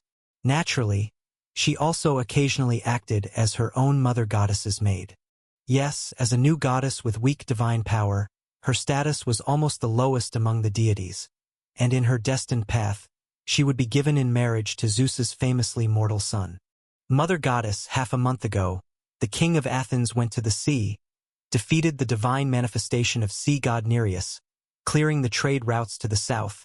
His reason for going missing was enough. Hera interrupted sharply, taking a deep breath as her chest heaved violently. She didn't care about the reason. She only knew that this human she disliked had done something significant again, and she was utterly helpless against him. If it were 2,000 years ago, I would have hung his corpse on Mount Olympus, let his soul suffer endlessly like Tantalus. Mother goddess, Tantalus deceived the gods. even making the goddess of agriculture eat the flesh and blood of a descendant of the divine king. But Athens is under the goddess of wisdom. Whose daughter are you? With a shout, watching a quieted-down Hebe, Hera knew she was right. Even without considering the current restrictions of the mortal realm on the deities, she couldn't just kill the king of Athens overtly, especially since it was Athena's territory. And though she loathed to admit it, she simply couldn't defeat Athena. Humph. Chapter 584. Living Sacrifice. Turingen City North. The darkness deepened, clouds obscuring the moon, making the northern part of the city, devoid of magic lamps, even darker. It was the height of summer, and few would light their stoves at night, especially here near the northern lands, but not quite in the north, thus inheriting both the dryness of the north and the heat of the summer. A single spark could be enough to burn down an entire street block. Hence, after suffering losses in the early years of the city's establishment, locals no longer engaged in such activities. Bang, bang, bang. Short knocks sounded, followed by a creaking noise as the warehouse door cracked open. Whoosh! Who are you? The blade held across the newcomer's neck. The stout man in black was utterly unaware that he was treading the line between life and death. He just watched the unfamiliar youth outside warily. People shouldn't be here at this hour. Were it not for the sacred icon in the other's hand, he would probably have chopped without hesitation. Madame Seville sent me. Phew. Can I come in first? It might not be safe outside, and it'll be even less safe if you thrust your sword. The newcomer's voice was brief and hurried, as if there was a blade looming over him, ready to strike. The large man in black hesitated for a brief moment, but still let him in.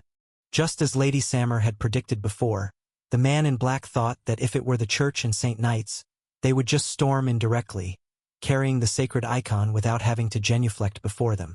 And if it was not the power of the church, then what reason would they have to seek trouble with them? Frankly speaking, their current targets were limited to the royal family and the goddess of wisdom's church. Apart from that, even many aristocrats of Athens ignored their actions. Speak up, what happened? Who are you? And where's Lady Sammer? Why did only you and the sacred icon come? Despite harboring an ominous premonition, the burly man in black still asked. I do not know. The young man looked slightly sorrowful. The lady noticed something was off, but she said it was too late for her to leave. Others wouldn't let her go. But hardly anyone knows about me. She asked me to bring the sacred icon here, to have you wrap up matters quickly, then evacuate Turingen. What do you guys need to do? Is there anything I can help with? No need. Just hand over the sacred icon to me. Lachi, keep an eye on him. With a call to someone in the back, not sure whether he believed him or not, the burly man in black took the sacred icon and went inside. Another man in black approached, holding a curved blade and watching every move of the youth at the door. Got it? I'll keep an eye on him. Kid, if the news you brought is true, then you might have the chance to receive divine blessings with us. You're in luck. But aren't you going to verify my identity?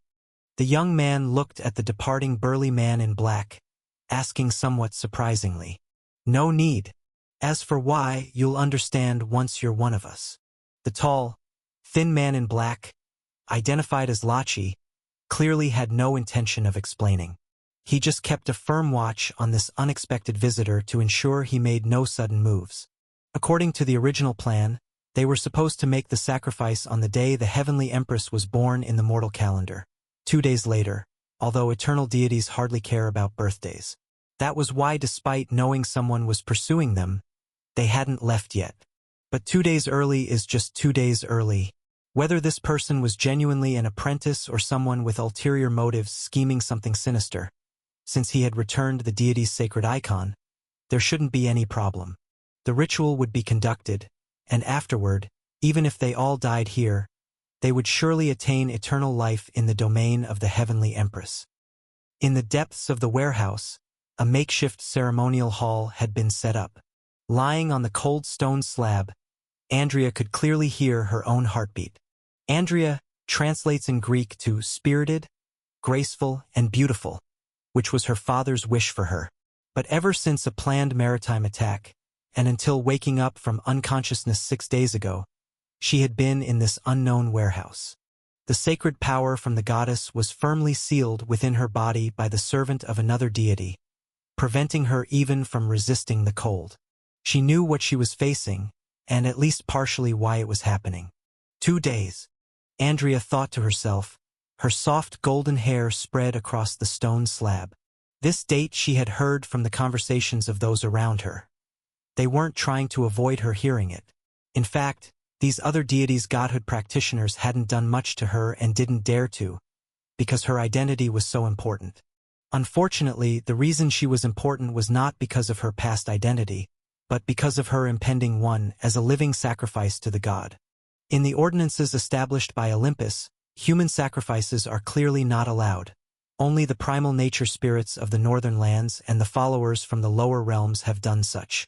So now, to target Athens, is the heavenly empress's sect actually daring to defy the divine king's decree? Unable to comprehend, Andrea couldn't even utter a word. She could only lie on the cold stone slab, watching the dome of this remote warehouse. Top, top, top. The silence was broken. Footsteps sounded from afar, and Andrea then heard the conversations of people around her. Chapter 585. Live Sacrifice _2. They encountered a problem. It seemed they were discovered, and decided to proceed with the ritual earlier. But upon reflection, it was about time they were discovered. Initially, the team that attacked her divided into 8, fleeing in different directions, and no one expected such a weak group to be responsible for escorting her. Being inconspicuous certainly wouldn't attract the attention of the kingdom, but it also meant that they likely couldn't even handle a normal clearing team. Their only way out was to receive a blessing from a deity after completing the sacrifice. Then they would pray they weren't pursued by the furious king of Athens. Otherwise, no blessings would be of any help. Still, I hope he can remain calm. The thought flashed through her mind as the bound and immobile Andrea felt a bit sad. Her father must still be searching for her. Her death was certain to intensify the conflict. If her father acted irrationally under his rage, he certainly would. No one knew what would happen. Maybe Athens, which had flourished for not even a century, would face war, but they currently had no assurance of defeating the opponent. Little princess, what are you thinking about? The voice approached from afar, and soon, Andrea saw the leader of this group, an old fellow who looked to be over 70. He looked down at her, and the speechless Andrea chose to glare back fiercely. Ha! You've inherited your father's courage, little princess, even at just 12 years old. But unfortunately, you do not possess his strength. With a dry smile, the old man in the ceremonial robe placed a deity statue beside Andrea, or rather, right in the middle of the stone platform. The great mother of resurrection will be pleased because of this. If the king of Athens decides to wage war toward the east, it would be even better. All right, let's begin the ritual. Although midnight is not the preferred time of the gods, we can't be choosy now. May the gods protect us. Yes. Fuen. Scattered footsteps echoed in the warehouse, which had already been prepared for the ritual. Now, only the transcendental materials with shorter effective times were being taken out. The aroma of lilies and pomegranates wafted through the air. The essential oils extracted from these 2 plants. They were the heavenly empress's favorite plants, symbolizing nurturing and fertility, respectively. Faint candlelight was lit, and the believers below were dressed neatly. For a moment, the warehouse used for the live sacrifice seemed sanctified as well, as if a chant spread through the air. Then the next moment, Andrea saw the deity statue beside her glow faintly, while the voices of the people below in worship resonated simultaneously. But curiously, Andrea thought she was experiencing an auditory hallucination. Something about the recited prayers she heard seemed off. Share authority, sovereign. Hear, sacrifice. The voices grew louder from a murmur, and Andrea felt as if she was hearing 2 sources of sound, one from below and one from the deity statue beside her. And the content of the second voice's chant: the sovereign of millions of demons, the origin of all heavenly falls, the blood mother tree that devours all realms. I beseech your listening, request your gaze, implore you to open the gates of the realm. Warehouse entrance. Perhaps due to the faint sounds of sacrifice coming from inside, the tall, slender man in black who had been vigilant slightly relaxed. Once the ritual began, it was almost impossible to interrupt. The results were either good or very good. Speaking of which, fellow believer, with a curious look, Lane gazed in the direction of the inside. I haven't dealt with this kind of thing before and don't know what the usual response process is.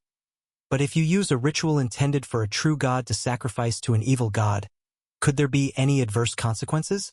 Your question is very dangerous, but it's not as if no one has ever done it before. You should take heed. If you ever preside over a sacrificial ritual yourself, make sure there are no issues with the arrangements. Since there hadn't been any problems so far, the man in black believed in the accidental visitor's identity. He thought for a moment, then seriously warned. If the object of the sacrifice is a true deity, but you use the wrong ritual, then the outcome depends on the deity's mood. But if you're worshipping an evil god statue, then there's basically no other fate. Considering the ritual is incorrect, generally the power of the deity won't descend, though that is only in terms of power, not spirit. You should be well aware that during a sacrifice, the believer's spirit is highly unified with the ritual, and that's the only way to communicate with a god. I understand now.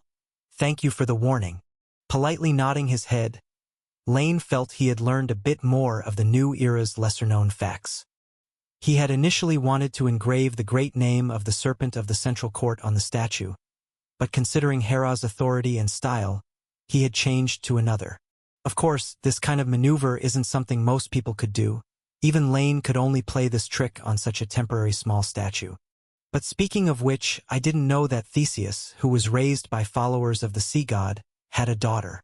According to later myths, this king of Athens, with his 3 wives, seems to have had only sons, right? Furthermore, from the documents I've seen before, he doesn't seem to have had a very good relationship with the sea god. Lane felt there must be some issues here, but he didn't dwell on it much.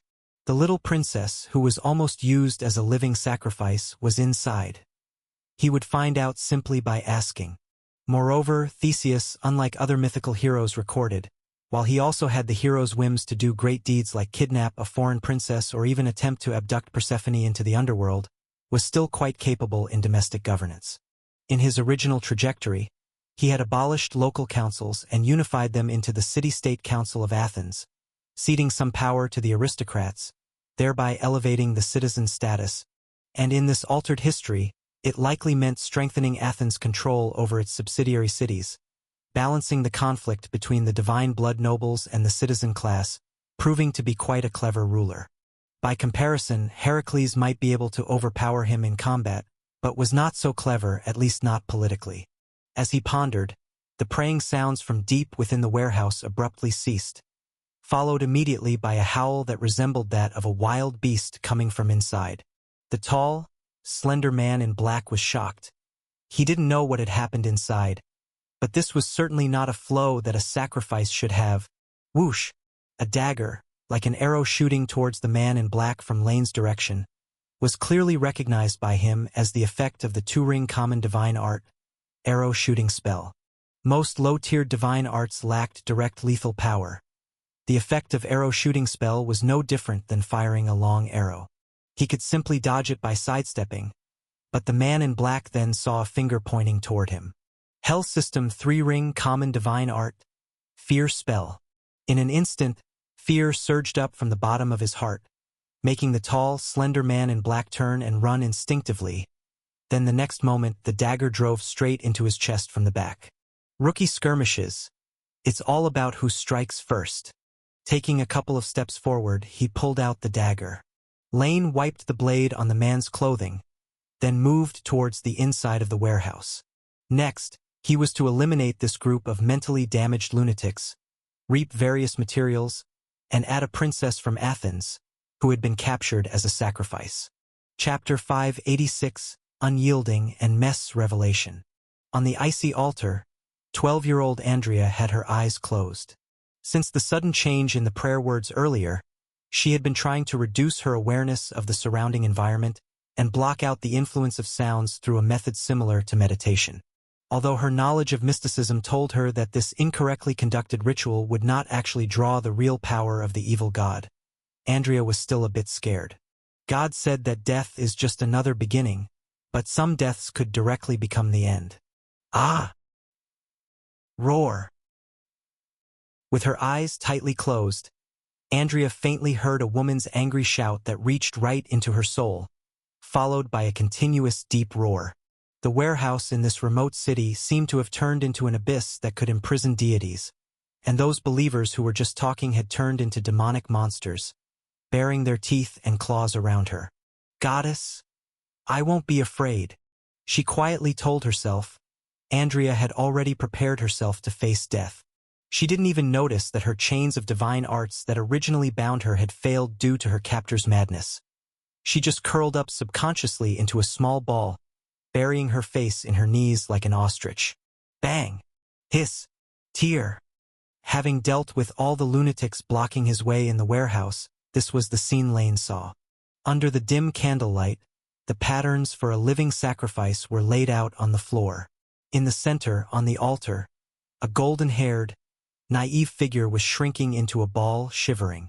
Plenty of gold, silver, and materials were piled to one side, and dead cultists lay all around.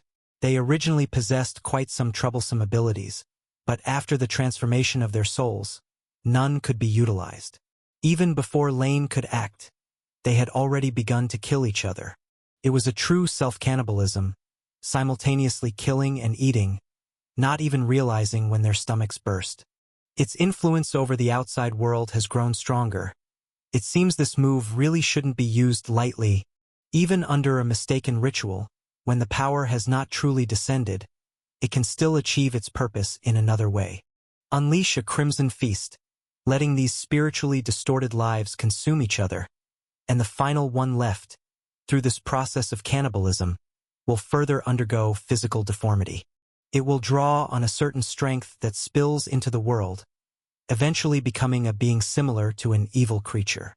With a slightly solemn expression, Lane had to admit, in the entire chaos world, the Mother Tree was truly a presence utterly beyond his plans.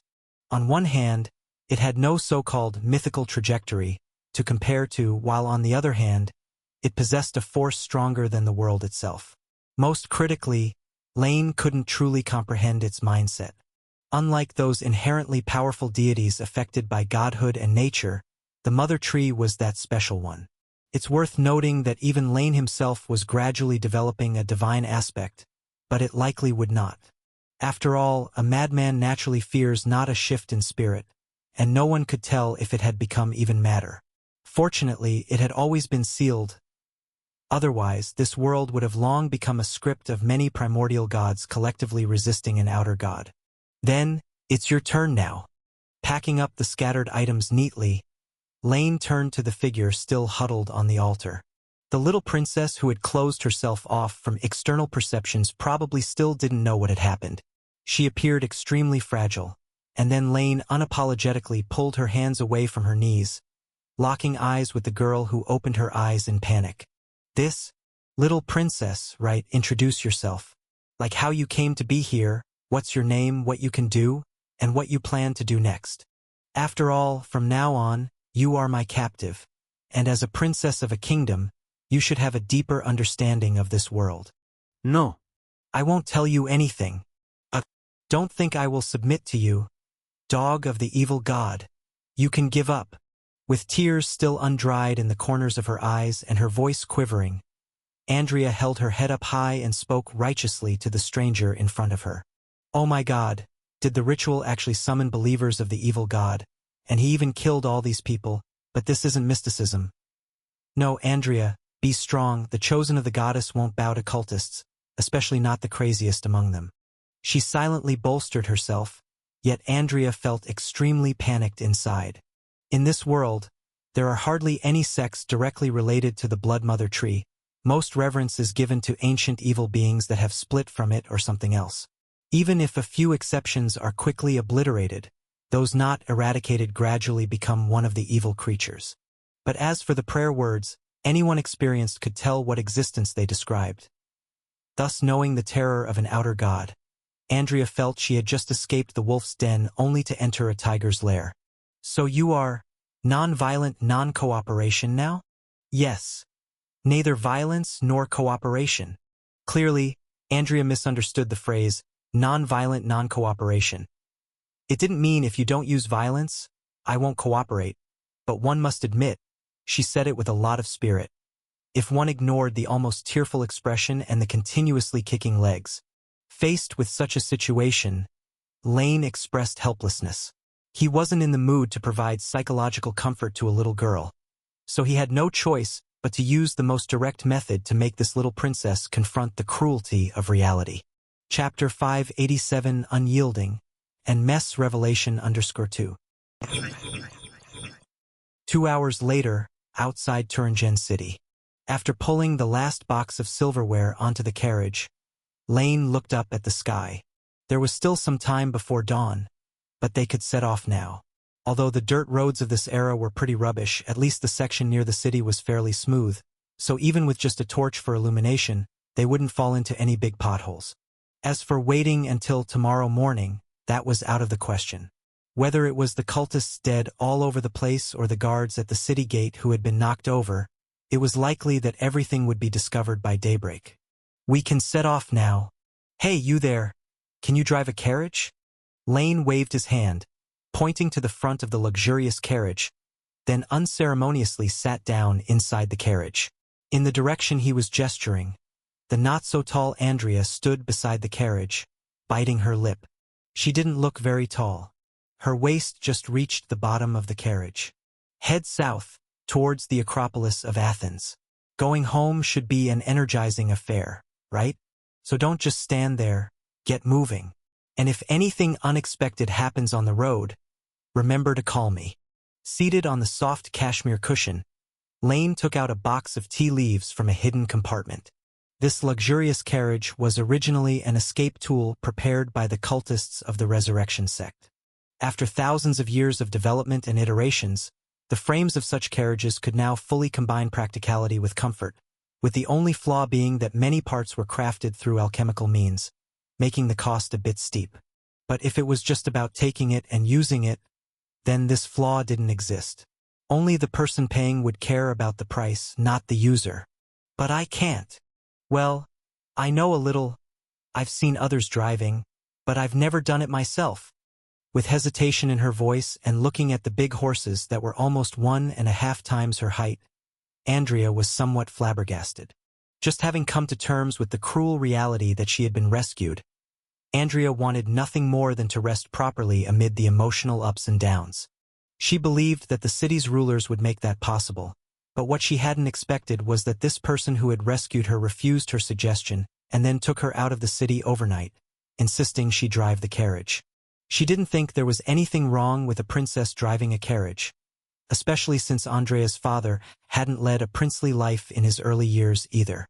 The current king of Athens, Theseus, was initially born as an illegitimate child of the previous king and didn't even meet his own father or come to Athens until he was an adult. Therefore, when it came to educating his children, he discarded quite a lot of useless things. I am the princess of Athens, the high priest of the goddess. Just take me to the church in Turingen, lift the seal on me, and I can take you back on a flight. Not, they will escort us back to Athens, and then father will surely be grateful for you rescuing me. But for now, I don't really want to meet your father who is said to have killed more than one divine descending avatar. Since I'm an evil cultist, am I not, unyielding little princess? Emphasizing the word, unyielding, Lane said indifferently. That's what cultists are like, and right now, you're my captive. In fact, if you hadn't been used as a sacrifice but merely killed by them, I wouldn't have even thought about saving you because faith-based disputes are all too common. I'm not crying. Instantly blushing, Andrea was on a completely different wavelength in the conversation and immediately focused on something else. Of course, I would never submit to a cultist. No member of the Athens royal family would submit to a cultist, nor would they be scared into crying. Don't slander me. That's right, you're not. So the non-crying little princess, Let's get this carriage moving. The journey from here to Athens is measured in months. Such vast territory, not primitive at all. And most importantly, there are even dragons lurking on the way. The dragon clan, a dragon who doesn't snatch princesses just seems to be missing something. Or should I say, a princess who hasn't been captured by a dragon might be considered a bit low in value. Muttering words that confused Andrea, Lane turned to look back at the city under the cover of night. Half the lights, bright and shining, while the other half, a scatter of stars, revealing the stark contrast of class. Now we depart much earlier than planned, but there is no helping it. This place is no longer safe to linger. After all, who would expect that in such a remote location, a mythological Athenian princess, unrecorded in any legend, would suddenly emerge? And the consequences of this are clear. Whether Andrea dies here or is rescued, she will surely draw the attention of both the king of Athens and the gods. Let those pursuing Saint Knights and godhood practitioners think this is another deceit, a diversion to cover the true whereabouts of the princess. That's what they already suspect, after all. Lane does not wish to be noticed at the moment, especially not by those he cannot best without starting over from scratch. Thus, he made a decisive choice to slip away, heading south, ready to explore Athens of this era and the existence of alchemy. Now, let's set off, Andrea. Use your intelligence. With a smile, Lane opened a book he had found on a body in the carriage. Then, after a moment's thought, he passed a ration of pre-packed food outside. I believe you'll pick up the skills to drive soon. Besides, here's your breakfast. I guess no one would feed a prisoner well, so fill your stomach and get moving as soon as possible. Silently accepting it, Andrea struggled to climb onto the driver's seat of the carriage. Holding the warm food, she recalled the ways of driving she had seen and tried to get the carriage moving. The clouds still masked the moonlight, growing even thicker, as if a heavy rain was about to fall. And after the rain, all traces that had been left here would be erased by the flowing water. Endless void, the far edges of the world, the outskirts of the Hemenu world. Coldness and silence were still the main theme here, and perhaps by coincidence or by fate, just as Lane's human incarnation descended completely, in the surrounding darkness, a certain consciousness began to stir. Since the withdrawal of the world power and the departure of all gods, the periphery of the Hemenu world had become quiet again, leaving behind only one deity who did not leave.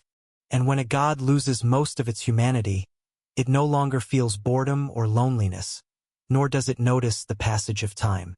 Time flowed like water, but their god remained, existing as though part of the world itself, eons passing like a single day, until, today, God was awakened. It wasn't the human incarnation from beyond time and space that caused the stir. God simply noticed an odd fluctuation from the darkness before him, a sign that something was nearing perfection, and this long-awaited change meant it was time for God to act.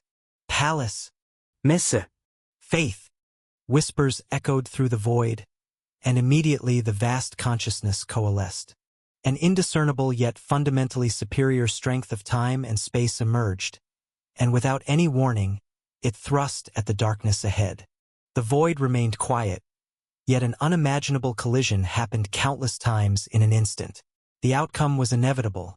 Although the strength of today's world power had diminished compared to before, God succeeded in repelling the outsider that sought to invade his being. Yet while the strength was repelled, a certain message passed between spiritualities was not. It flowed through the fleeting gap and, drawn by some form of connection, streamed towards a certain place within the world. It descended upon a mountain top, where shepherds grazed in the fields below. As a manifestation of spirituality, it appeared in the elemental domain in its initial form, a sphere of fire, yet one that wouldn't scorch the flesh of living beings. The shepherd was called Mes, or Musa. He was tending his flock when he was the first to witness this spectacle falling from the sky, a sight he had never seen before.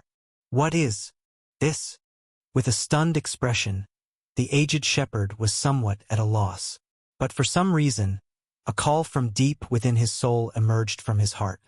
Chapter 588, Seeing God.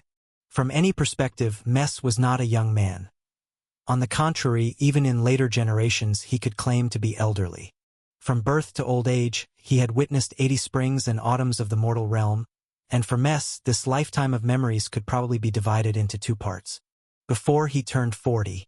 In the year when Mess was just born, a great change occurred in the center of Upper and Lower Egypt in Heliopolis. The sun, which had been without a ruler for 1,000 years, once again welcomed a new, or perhaps an old lord. In any case, the master of the Hemenu world, Amun-Ra-Adam, reclaimed that supreme throne and was clearly more powerful than before. As a result, the various past events were buried in ancient history, and the open and secret struggles among all gods came to an end. Even the pharaoh of the mortal realm hurried to express his devotion to the Lord of the Son of the Tribes, and the way he expressed it was by further implementing the commands of Amun-Ra-Adam. He ordered the Hebrews to build magnificent buildings without providing them with tools. He drove them from the lands rich in water and grass to live in desolate and remote places. He also decreed that the Hebrews were not allowed a second male offspring, attempting to reduce their numbers, and Mess was born just at this time. He was the second child in the family, the one not permitted by the law to live on, hidden in secrecy, but as he grew day by day, Mess's existence eventually became impossible to conceal forever.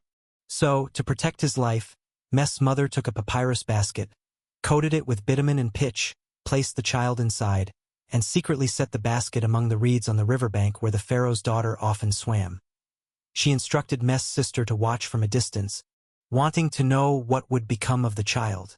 Perhaps it was the guiding hand of fate, a mere coincidence, or maybe someone else's covert influence, but in any event, the princess of Egypt discovered Mess and ultimately decided to adopt him. Seeing this, the child's sister pretended to stumble upon them by accident, offering to find a wet nurse for the noble princess's foster son. Hence, the child's birth mother came back to her own child's side, albeit under a different pretext, and everything once again proceeded along the same track. From that day forth, knowledge and civilization from two worlds converged upon Mess, just like his soul, which was composed of elements from both worlds. His Egyptian royal foster mother endowed Mess with knowledge and wisdom, setting him apart from those short-sighted, ignorant people. And his birth mother, who raised him under the guise of a wet nurse, made him inherit the heritage of race and religion, reminding him of the faith passed down through generations of Hebrews, a worship of deity starkly different from the Egyptians.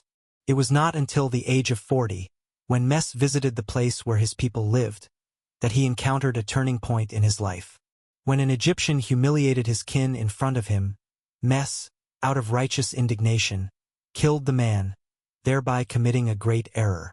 A royal foster son with Hebrew blood, killing an Egyptian for his kinfolk, was an intolerable act, a betrayal. Even his own people did not understand him, thinking his actions would only aggravate the suffering imposed on them. Thus Mess fled, escaping to the land of the Midianites, a nomadic tribe. He eventually took a wife and had children there, forgetting the past, and spent another 40 years of life. But today, in the 80th year of his life, he saw the bramble that was not consumed by fire on the side of the mountain where he was tending his flock. He has come. When spirituality invaded the world, the bramble on the hill was ignited, and above Heliopolis, the supreme lord of the sun opened his eyes. He pursued that fleeting sensation and the feeling of intrusion upon his own authority of fire, but to no avail. Since his rebirth, Amun-Ra-Adam had successfully advanced further. Seizing this rare opportunity, he absorbed the strength the world had bestowed upon him during his encounter with the outer gods, and thus partially merged with the symbolic absolute space among the 8 primordial spirits, thereby obtaining some authority over the barriers to the world. So he could be sure that just a moment ago something had come in. No result, huh? His expression was icy yet not angry. Ra, with the head of a mighty eagle, lifted his gaze, overlooking the mortal world. Unsurprisingly, he discovered nothing. But this time, Ra was in no hurry because he had come to an understanding. Previously, he had always been afraid that taking action against mortals with bloodlines from the alien realm would cause him to miss some clues, but now it seemed that regardless of whether he let things be, the invasion from the alien realm had never ceased. Even as he grew closer to the world power, Ra felt his breath intertwine with the world. He could sense that this world, which had nurtured Upper and Lower Egypt and birthed the civilization along the banks of the Nile River and all gods, was in an exceedingly perilous state. I was still too timid. The longer we delay, the greater our disadvantage becomes. So what we need is change. A stern look flashed across his face as Ra stood on the sun, overseeing the mortal realm. Problems that are known must be resolved, and those where the issues are known to exist but not yet identified are even more pressing to solve. No victory in this world is simply waited upon. It is a privilege reserved for the victor. Let him personally consign this trash, which should have been swept away long ago, into the pile of history. Once he cleared the threats at his own doorstep, he would also try to traverse the void, to see the ends of the worlds beyond. At last, he has come. The same content with different tones. Below an unnamed hill, unlike Ra, Isis at this moment was as beautiful as ever, but her expression held several layers of complexity. Excitement, fear, and a touch of helplessness. Hiding around this nameless hill, Isis hesitated. This was the first time she directly encountered the will of an outer god, and she very directly felt the others might. If she had not known about the existence of alien realm souls early on, she might not have noticed the arrival of the outer god's power. However, that was not the reason for her hesitation. What truly made her unsure about stepping forward was the others' unpredictable attitude. It was quite laughable, considering everything she had done in the past. She had ordered the ancestors of the Hebrews to remember their traditions and pass down the legends of the alien deity from one generation to the next. She had discovered a soul that had breached the boundary and secretly gave it extra care. But all this time, she had never actually communicated with the alien deity who had arranged everything, who might even be unaware of her existence. Under such circumstances, no one knew what choice the other would make. This is the price of betrayal. Neither this world nor the other. I don't know which one can be trusted, but I can't turn back now. Looking up at the sky, Isis gazed at the sun, which had grown unfathomably more powerful than it was 1,000 years ago. Ra had grown stronger, and Isis did not know if she could continue to hide her whereabouts once he fully balanced space and the sun regardless. If she did not wish to die like a mortal, she would just have to keep moving forward. If I had chosen to tell Ra everything from the beginning, might there have been a turn of events? Sighing, Isis stepped barefoot on the soil, feeling the vibrant vitality of the world. Perhaps there would have been, perhaps not. Either way, I hope the outcome will be as I desire. Watching Mes grow up under her gaze, Isis bit her lip. First, let's see what instructions he will receive, she thought. It is wise to wait a bit longer before contacting that alien deity. On the yet unnamed hill, Mes looked at the bush that burned but was not consumed. This was a vision, but as a former royal foster son of Egypt, he knew very well that such visions could be fabricated. Magicians who served the pharaoh could do similar tricks, calling flames, summoning strong winds, turning staffs into snakes or frogs, and all of them had to obey the pharaoh, who likened himself to a god among mortals. Was this pursuit delayed for 40 years? Mes didn't know, but he felt it wasn't. Because in that burning fire, he only felt warmth that reached deep into his soul. Step. What? Who's speaking?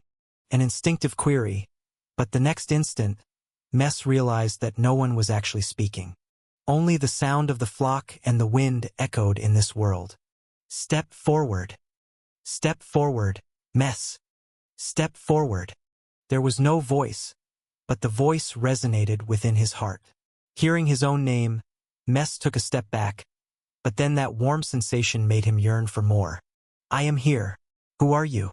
And why do you call me? He asked aloud, and for some reason, an unprecedented feeling surged from his heart.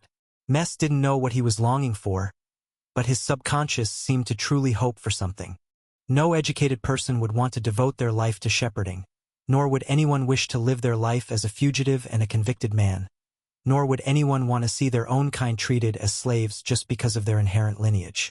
But the past 80 years had told him that all this was unchangeable, because in Heliopolis lived the supreme among all gods, who decreed Pharaoh as the ruler of mortals, proclaiming the Hebrews were born sinful. Mortals cannot resist the will of God. This is an irrefutable truth in all of Egypt. Step forward.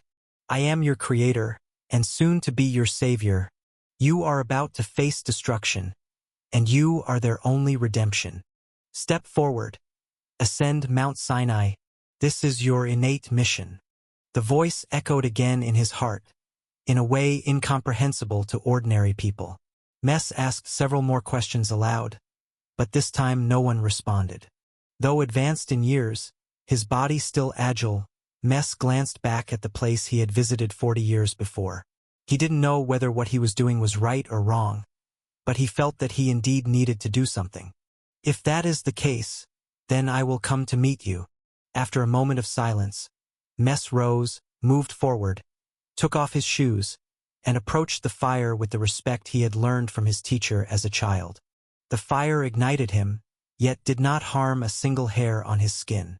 It was as if he passed through a barrier-separating illusion from reality, with bizarre sceneries flashing before Mes' eyes. Not knowing if it was a hallucination, he continued forward. A world where gray touched white, where dreamlike bubbles interwove, where rivers flowed in the void, and winged beings sang hymns. It was a world Mes had never seen before, but it strangely felt familiar. It seemed like that was his true home, the final resting place of his heart and soul. Instinctively climbing higher, on the Mount of the Gods, which pierced through 7 layers of worlds, Mes did not know how long he had walked. Only at a certain moment did he suddenly realize that everything he had seen before was left behind, and he had reached the summit. Is this the dwelling of God? Walking on the ancient stone pathway, Mes moved forward step by step. His emotions stirred because he realized that he might be about to meet a true deity. In the past, he had imagined many forms of gods. The statues built by the Egyptians, the murals they painted. They had animal heads, human bodies, and controlled the natural elements of wind, rain, thunder, and lightning.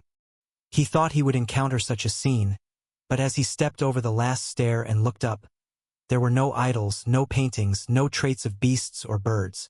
His gaze seemed to pierce the barriers of the world, bearing witness to a sacred being standing beyond all worlds and time.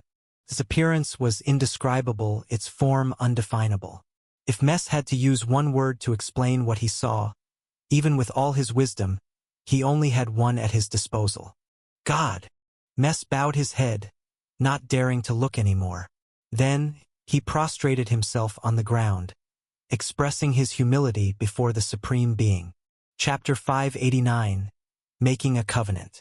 As if in the universe or beneath the starry sky, the light, shining from somewhere unknown, cast upon Mes' side, making his surroundings seem more dazzling, while the distance grew colder and darker. Though he bowed his head, Mes could feel that God was watching him. Not just the him of now, but also his past and future. Feeling this gaze, Mes felt uneasy. Although it was just a glance, he had realized that this was not the God of the Egyptians, not the God of the Midianites, nor was it any of the many deities he knew. It was God that breathed life into everything in the old Hebrew mythology. Yet even at this moment, he felt certain there must be some misconception in those myths. Because in Mes' perception, the divinity before him was so great that he found it hard to believe there was anything that could stand side by side with him. None of the other gods from those myths could either. Although Mes could not discern the magnitude of divinity, just as ants cannot determine the height of mountains, there are some existences that, when they appear before you, one understands their uniqueness. God. Unable to bear the gaze and the tension any longer, Mes spoke softly. By your command, I have come here to see you, to tell you of our suffering. The Hebrews with divine blood have been oppressed for too long, and we have gone too long without a response from God. Not until today did I finally know that God has never abandoned us. All the suffering was merely a test given to us. Please guide me, mighty and omnipotent God. I shall execute your will in the mortal realm, just as it eternally exists in heaven.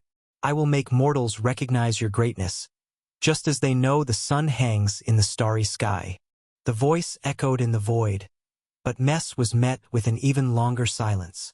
He felt the gaze on him grow heavier, until at a certain moment, Mes felt a lightness in his body, and he finally heard a voice as if coming from a distant time and space. But the content of that voice struck him like a bolt of lightning. Guidance. There is no guidance, no tests, nor bloodlines. Your bloodline does not carry original sin, but it is not noble either. I have never watched over you, nor tested your piety. The sun will bring you destruction. The Egyptians will raise their swords against you, but I will not end this. You must live, and then it is you who must end it. There were no lies, no deceit. In fact, the ability of Io and her offspring to proliferate was indeed a surprise to many. Even the patriarch of their bloodline had long forgotten this mother and son. This unforeseeable event resulted from a combination of Isis's choice and Ra's character. Since it was unforeseen by anyone, there naturally was no test or abandonment. As for the bloodline of the Hebrews, they so-called divine blood came from Zeus. It is the sin blood of an alien realm, but for God, it was inherently neither noble nor sinful. God. Lying on the ground, Mes felt somewhat chilled. God's words were merciless, but they made so much sense. Perhaps to him, the Hebrews indeed were as insignificant as they seemed. But if that were the case, why had he appeared before him? How was he to redeem them? If the Hebrews are so ordinary, omnipotent God, why then do you foretell the disaster that we are about to face? If you have never watched over us, why then summon me before you? I think there must be something different about us from the barbarous nations, that we could receive such distinguished honor from you. Not you all, but you. Mes heard God say this. There is nothing special about you all, the special one is you. I have always watched over you, but always you, not the Hebrews. Barely able to restrain himself, Mes slightly lifted his head. However, this time he did not see the presence of God. In the tumultuous times he saw himself. The past seemed to replay. Time held no secrets. He saw himself coming from heaven, from God's hands to the mortal realm. Saw himself living and dying, 10 times over, each time extensive. He also saw in the near future, fire stretching from the sun scorching the earth, countless creatures dying. But he alone was the exception. And this was precisely the reason he saw God. God had not come to save the Hebrews, but to save him. God needed him to survive, but did not need them to. Thus, God would not save his tribe. Only he could. At that moment, a brief thrill surged through him. But Mes immediately felt ashamed of this sentiment. He was a man from heaven, one who had descended to the mortal realm from God's side, and thus was favored by God. But when he recalled his past lives, he realized he still could not abandon his people. Perhaps this is a mortal's limitation, he thought. God showed me my past, yet I can't empathize. I only remember these few decades of myself. Not the one who lived 10 lifetimes, the one from heaven. So, pressing his forehead to the ground, Mes prayed to God. God, I have now understood my mission, the reason I came to the mortal realm. But I still earnestly implore you, share the glory you bestowed upon me with my kin. As the words fell, Mes felt the heaviness in that gaze return, even heavier than before, as if a world pressed upon him, making his breathing difficult. Chapter 590, Making a Covenant _2. Time became nebulous, as if an eon had passed. In one moment, the oppressive force finally receded like the tide. The voice of God rang out once more, only this time Mes no longer felt its warmth. If this is what you desire, then go back to your people. Share in their suffering, and do not return. You will forsake the future, eternal life, and all that you possess, enduring with your kin the calamities your own deities have brought upon you. Those who do not believe in me will die, and even the devout shall suffer misfortune. Of those in their prime, 1/3 shall perish, of women and children, 1/2, of the old and infirm, 2/3. This world is not yours, so go to the place that is yours. Leave this place, head to the ends of the sea. Even so, do you still stand by your opinion? I stand by it. But God, what about them? Mes asked. those beings who bring disasters upon us. Can they reside in splendid palaces, enjoying beauty and joy? Certainly not. Those on earth will receive earth's punishment. Those in the heavens, heaven's penalty. Whatever they have inflicted upon you, it shall be visited upon their gods. This is my promise to you alone. The voice of God remained serene, yet at this moment Mes felt a weight lifted from his shoulders. He did not know if he would regret his decision in the future, but he had indeed made it now. I am grateful for your mercy, Almighty Creator, he chanted softly, and then looked up again. This time, Mes saw the presence of God. I offer up all that I have to you, Almighty Lord, even though all comes from you. Standing outside of time, watching it all, God seemed to smile. Very well, I accept it. Since all is settled, henceforth, Mes, I make a covenant with you. Few knew what the existence of Mes truly meant. Even Isis, who had watched over him for so many years, only knew broadly. In Hemenu he was just Mes, but to Chaos he was Pallas, and Pallas's fate had died. He should not have lived, for the divine king had sacrificed the former goddess of wisdom to the world. If he were to continue living, his very existence would be a negation to the world. Thus, his existence had greatly intensified the collisions between the two worlds over the last millennium, wounding the enemy 1,000-fold and harming oneself 800-fold. Both worlds suffered even greater carnage in an attempt to erase this life that should not have been, but in reality, this was also because Mes' soul was not whole. Since his 10 reincarnations had not come to an end, he was not yet the true rebirth of Pallas. But at this moment, when he offered all of himself to God by his own will, God made him whole. And this act, going completely against the will of Chaos, caused a massive disturbance in both worlds instantly. In the sky within the sun, Ra grasped the scepter, preparing to unleash the full power of the sun, to cleanse the world with flames, incinerating all mortals with blood from the alien realm. He could do it and had the right to, having merged with the strength of Amun. Even Apep, the serpent that symbolizes chaos, was no longer his match on the far side of the world. He could more easily disperse it, allowing it to slowly rebirth within chaos. However, just as he was about to act, a shockwave imperceptible to mortals suddenly arrived, causing Ra to almost lose his balance and fall from the throne. Few knew what the existence of Mes truly meant. Even Isis, who had watched over him for so many years, only knew broadly. In Hemenu he was just Mes, but to Chaos he was Pallas, and Pallas's fate had died. He should not have lived, for the divine king had sacrificed the former goddess of wisdom to the world. If he were to continue living, his very existence would be a negation to the world. Thus, his existence had greatly intensified the collisions between the two worlds over the last millennium, wounding the enemy 1,000-fold and harming oneself 800-fold. Both worlds suffered even greater carnage in an attempt to erase this life that should not have been, but in reality, this was also because Mes' soul was not whole. Since his 10 reincarnations had not come to an end, he was not yet the true rebirth of Pallas. But at this moment, when he offered all of himself to God by his own will, God made him whole. And this act, going completely against the will of Chaos, caused a massive disturbance in both worlds instantly.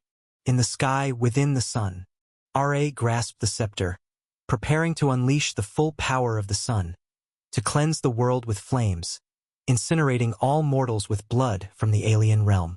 He could do it and had the right to, having merged with the strength of Amun.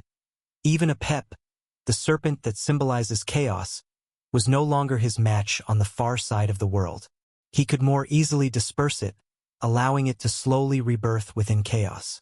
However, just as he was about to act, a shockwave imperceptible to mortals suddenly arrived, causing Ra to almost lose his balance and fall from the throne. What has happened? Has that other world gone mad? First befuddled, then his complexion drastically changed.